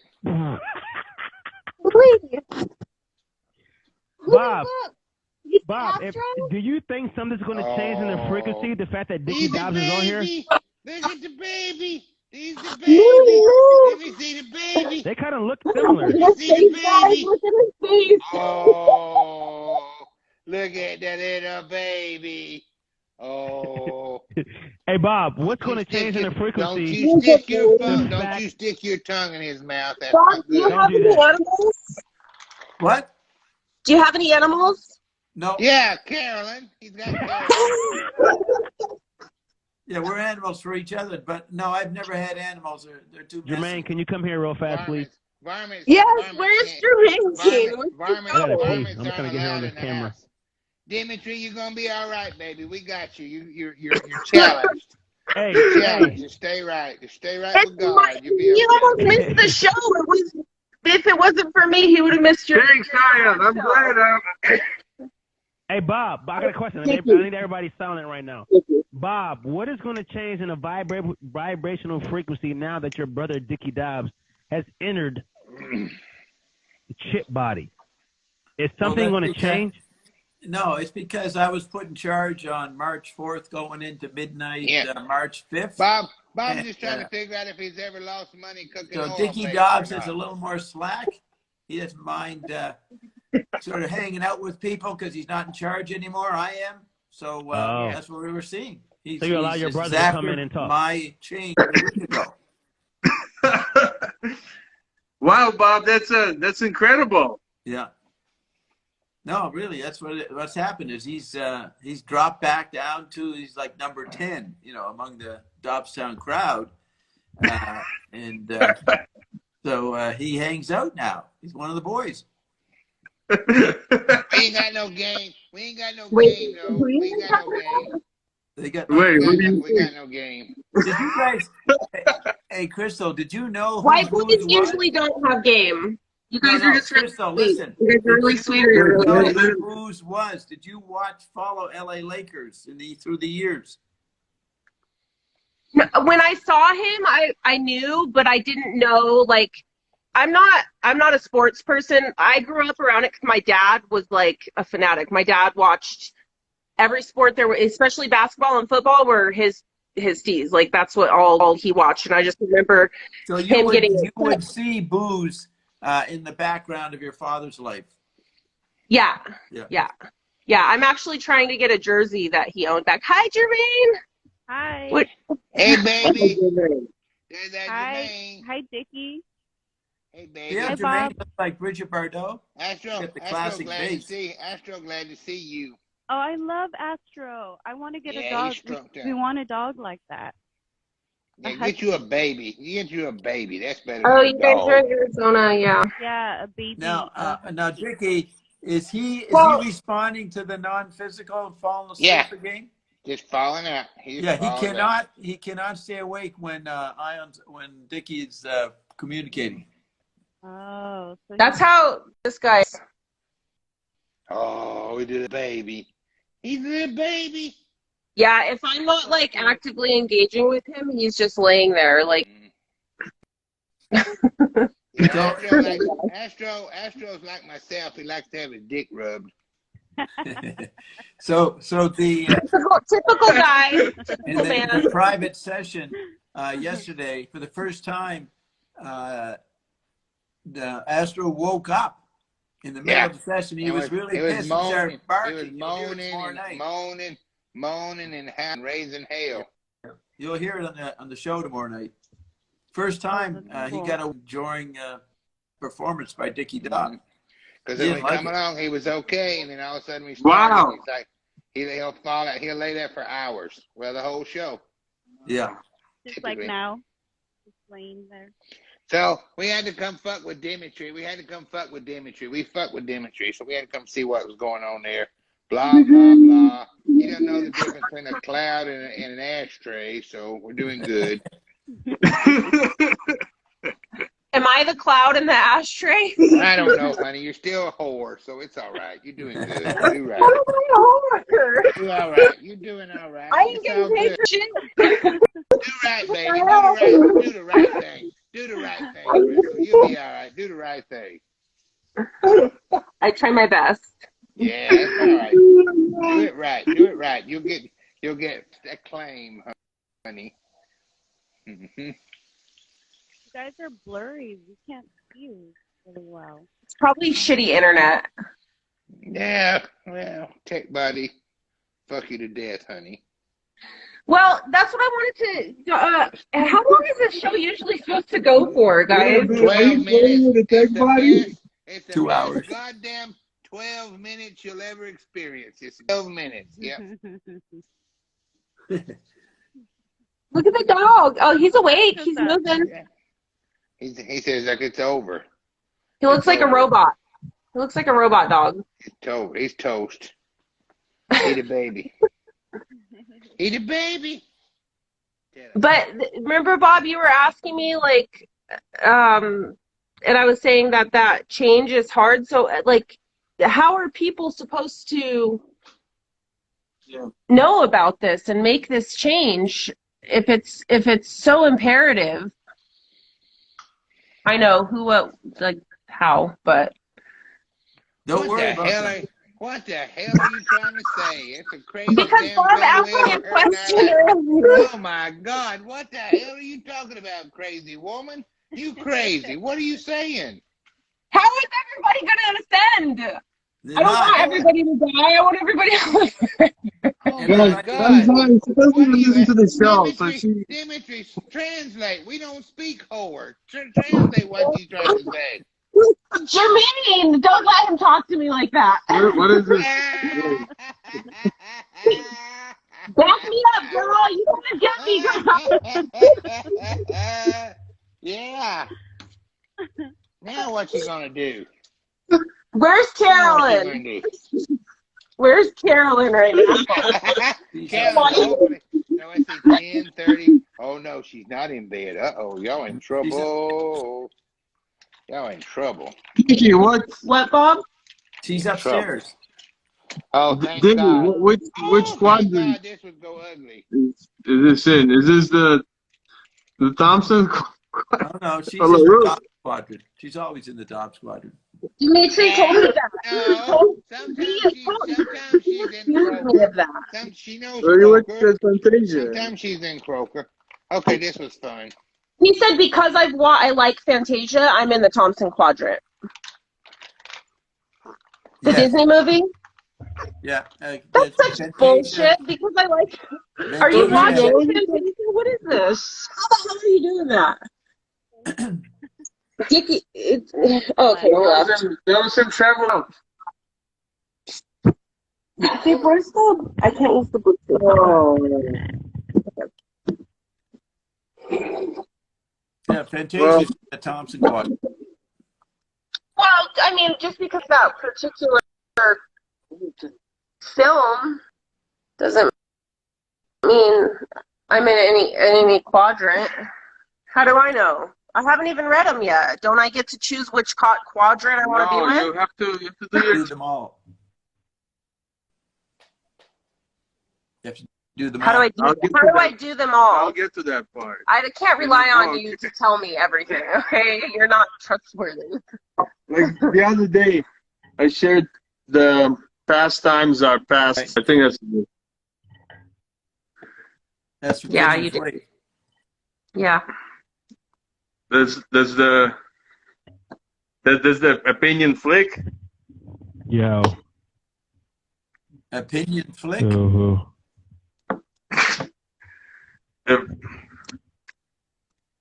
Yeah, the Twitter pic. What the fuck are you saying? Yeah, what are you talking about?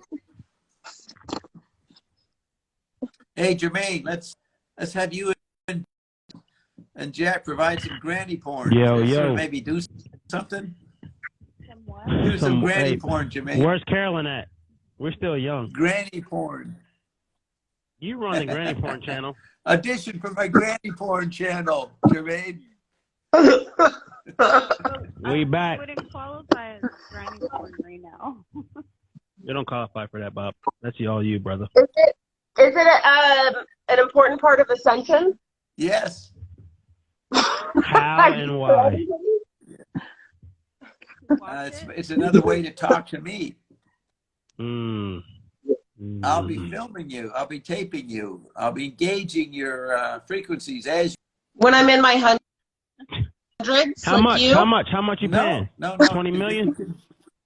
People 100 are million. not aging as fast, so we can put young people in and claim their grannies. Now we can do that now. We're all being filmed right now. Yeah. Yeah, everybody on. Hey, Dimitri, where you guys in Denver right now? Where you guys? We're being watched. Where you guys at right now? Denver? No. Unknown location. You don't nobody know where you guys are at? Somewhere in America. South of Denver. Let's up the quality here. Up the quality of conversation. Come on, let's get into something. All right. Do you guys have any? So I meant past times are past times. Right. What it means is that what was a previous generation technology becomes the pastime of the current generation technology. Yep. That's right. So pastimes means leisure activity or sport or games. And what was a dramatic and visible environment once superseded by another environment, the old environment becomes a play toy. So, television was very involving for the parents over the last 50 years. The kids come in and they can make up shit about it really quickly. They don't look at it as something to watch. They look at something to edit, to make, to change. So they spend their time editing the old truths. Okay? Echo. You said denying the old truth? Editing. Whoever's the unknown connection, they said the unknown connection is terrible. We're talking about you, Dimitri. The connection is fucked up where you guys are at. No, it's not. Yeah, that's true. Somebody else joined and Hey, what's up, Brandon? Dimitri.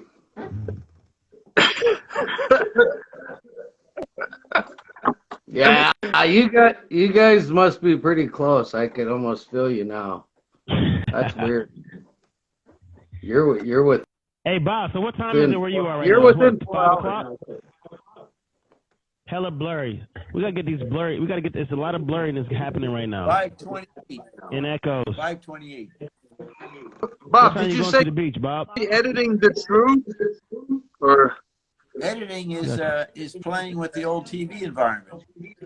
The kids edit. They mutate the screen. They don't take it as a passive observe or watch. They want to interact with it. They want to alter it.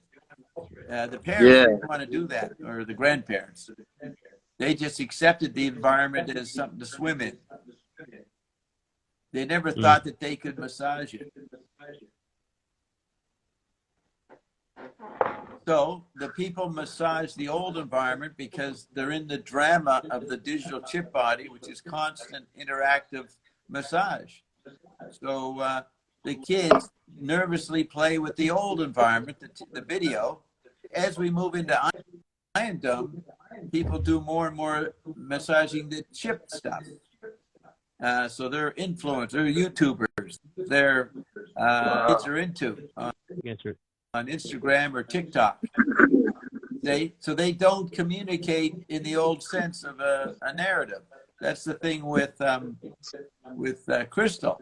She can't make a narrative because she's Well, I wanted to say something. So that's kind of part of the point that I was making, is that you say that, and it does fall into line with, if you're on a platform right now where you're live and there's, 1 week or 1 year, a few people versus, 40, 5 times that amount watching, then, I mean, it's still being used for a purpose of, whatever your intention is, the person using it. You guys don't do narrative long enough to develop an intention. You just do collage. Like a dream board? Yeah. I'm just kidding. That was a joke, kind of, but no, I'm serious. Yeah, dream. Yeah. Dream is collage. Yeah, you guys went in heavy with collage. Like you're never sleep, but the dream's a live simulation of where you could change shit in your dream. I think. I know you can. Is that what you're saying, Bob? Are you saying you could change things in your reality of your meat sack world in your dream to make something be different? Is that what you're saying? You change every time you speak. You're changing reality with your words. Okay. That's what I would have said. Yeah. You get that, Crystal? You change reality with your words. Well, yeah, I think there's like a very popular quote that it's about your thoughts manifest your actions. No, he's not saying thoughts. But you see, okay, dreams, since you're taught as a young native person, never interpret your dreams. Always bring them to a medicine man or an elder to interpret them for you so you don't fucking botch it up. They have a clear head. They're an elder. They've been through it. They've been through the dream. You know what I mean? So, like, if I had a dream... I don't really have dreams, and I think I'm a very much in the now person who has not even escaped whatever. I mean, if there's dreaming, if there's something, if there's shit involved where I'm manifesting something, yes, but dreaming is the most basic thing. I know the dreams, but I don't. I mean, sometimes people just don't have dreams very often, and I don't. I'm a very in the now person, like dealing with what's happening in the very moment. Well, they don't have real dreams. But if I had like a dream that I couldn't explain, or say I woke up and I was sitting on a mountain and lightning was all around me, I would take it to a medicine man or Bob to have them interpret. Have them interpret it so I don't step away from what reality is. I'm seeing Dimitri do some very extensive practices. I'm talking about the keys and aiders. I'm talking about movements. I'm talking about massive amounts of reading.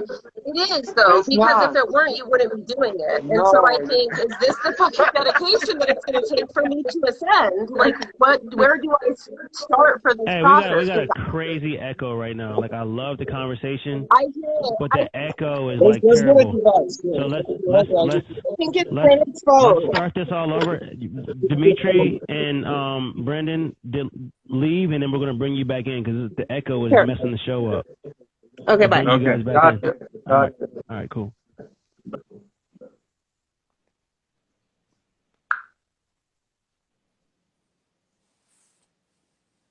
All right, Bob, you stay there? Yeah, the echo was getting crazy. I mean, I think today, this is something totally new, which is crazy because, shout out to Dimitri and his girlfriend. Shout out Brendan for coming in. Guys that have been on the show, they've been on what we've been talking about for a minute. And I know a lot of stuff that we've been talking about for the past 3.5 hours is maybe new to some people. But I think, Bob, we should cut this shit off right now. I think we've been on for a good amount of time. I think we've talked about a lot of great stuff. A lot of monumental stuff has really happened today. You know, we had your brother on here. We had Boozer on here, the first guy that you've met of one of my friends that have been, you know, he's one of the best basketball players that ever played a game. And, you know, we had conversation. I think today was a monumental day. And I know you're going back to, you got to swim today. You've been swimming, you know, you swim, I mean, what'd you say, how many miles you swim today? 15 miles a day? What is that like? Only a mile or so. Only a mile or so. Yeah. So I know you got to get to that. And, you know, he said, mercy. Thanks, Bob. And no problem. This is amazing. So I think we should cut it off from now because the sound is getting bad. Bob, you're getting more blurry. And I want to make sure that when people rewatch this on the page that it's as clean as it looks. So, Bob, you know what time it is. It's time for... Yeah. It's time for air guitar time.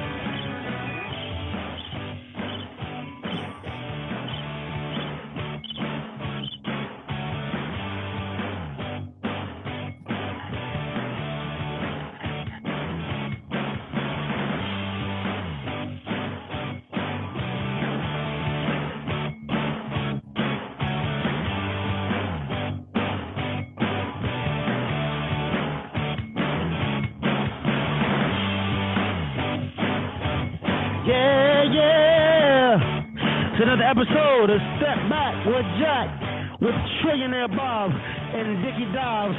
We broke a fucking chain today. Dickie Dobbs was on the show. You'll probably never see him ever again. Shut up, Dimitri. Shut up, Brendan. We out. Thank you for everybody for joining, man. It's a monumental show. Shout out Overseas 6. Shout out everybody that's here. Shout out Lamborghini. Shout out Lamborghini Mercy. Hey, Dickie, you see that Miami with them yams? Let's get it. Hey, Bob, it's over. I want to say thank you again. This was an amazing show. Okay. We may be back next week if Bob is still alive. But we will be back. Thanks a lot, Jack. All right, 6:30 season. See you tomorrow, Bob. Monumental. Peace. All right, bye. Bye.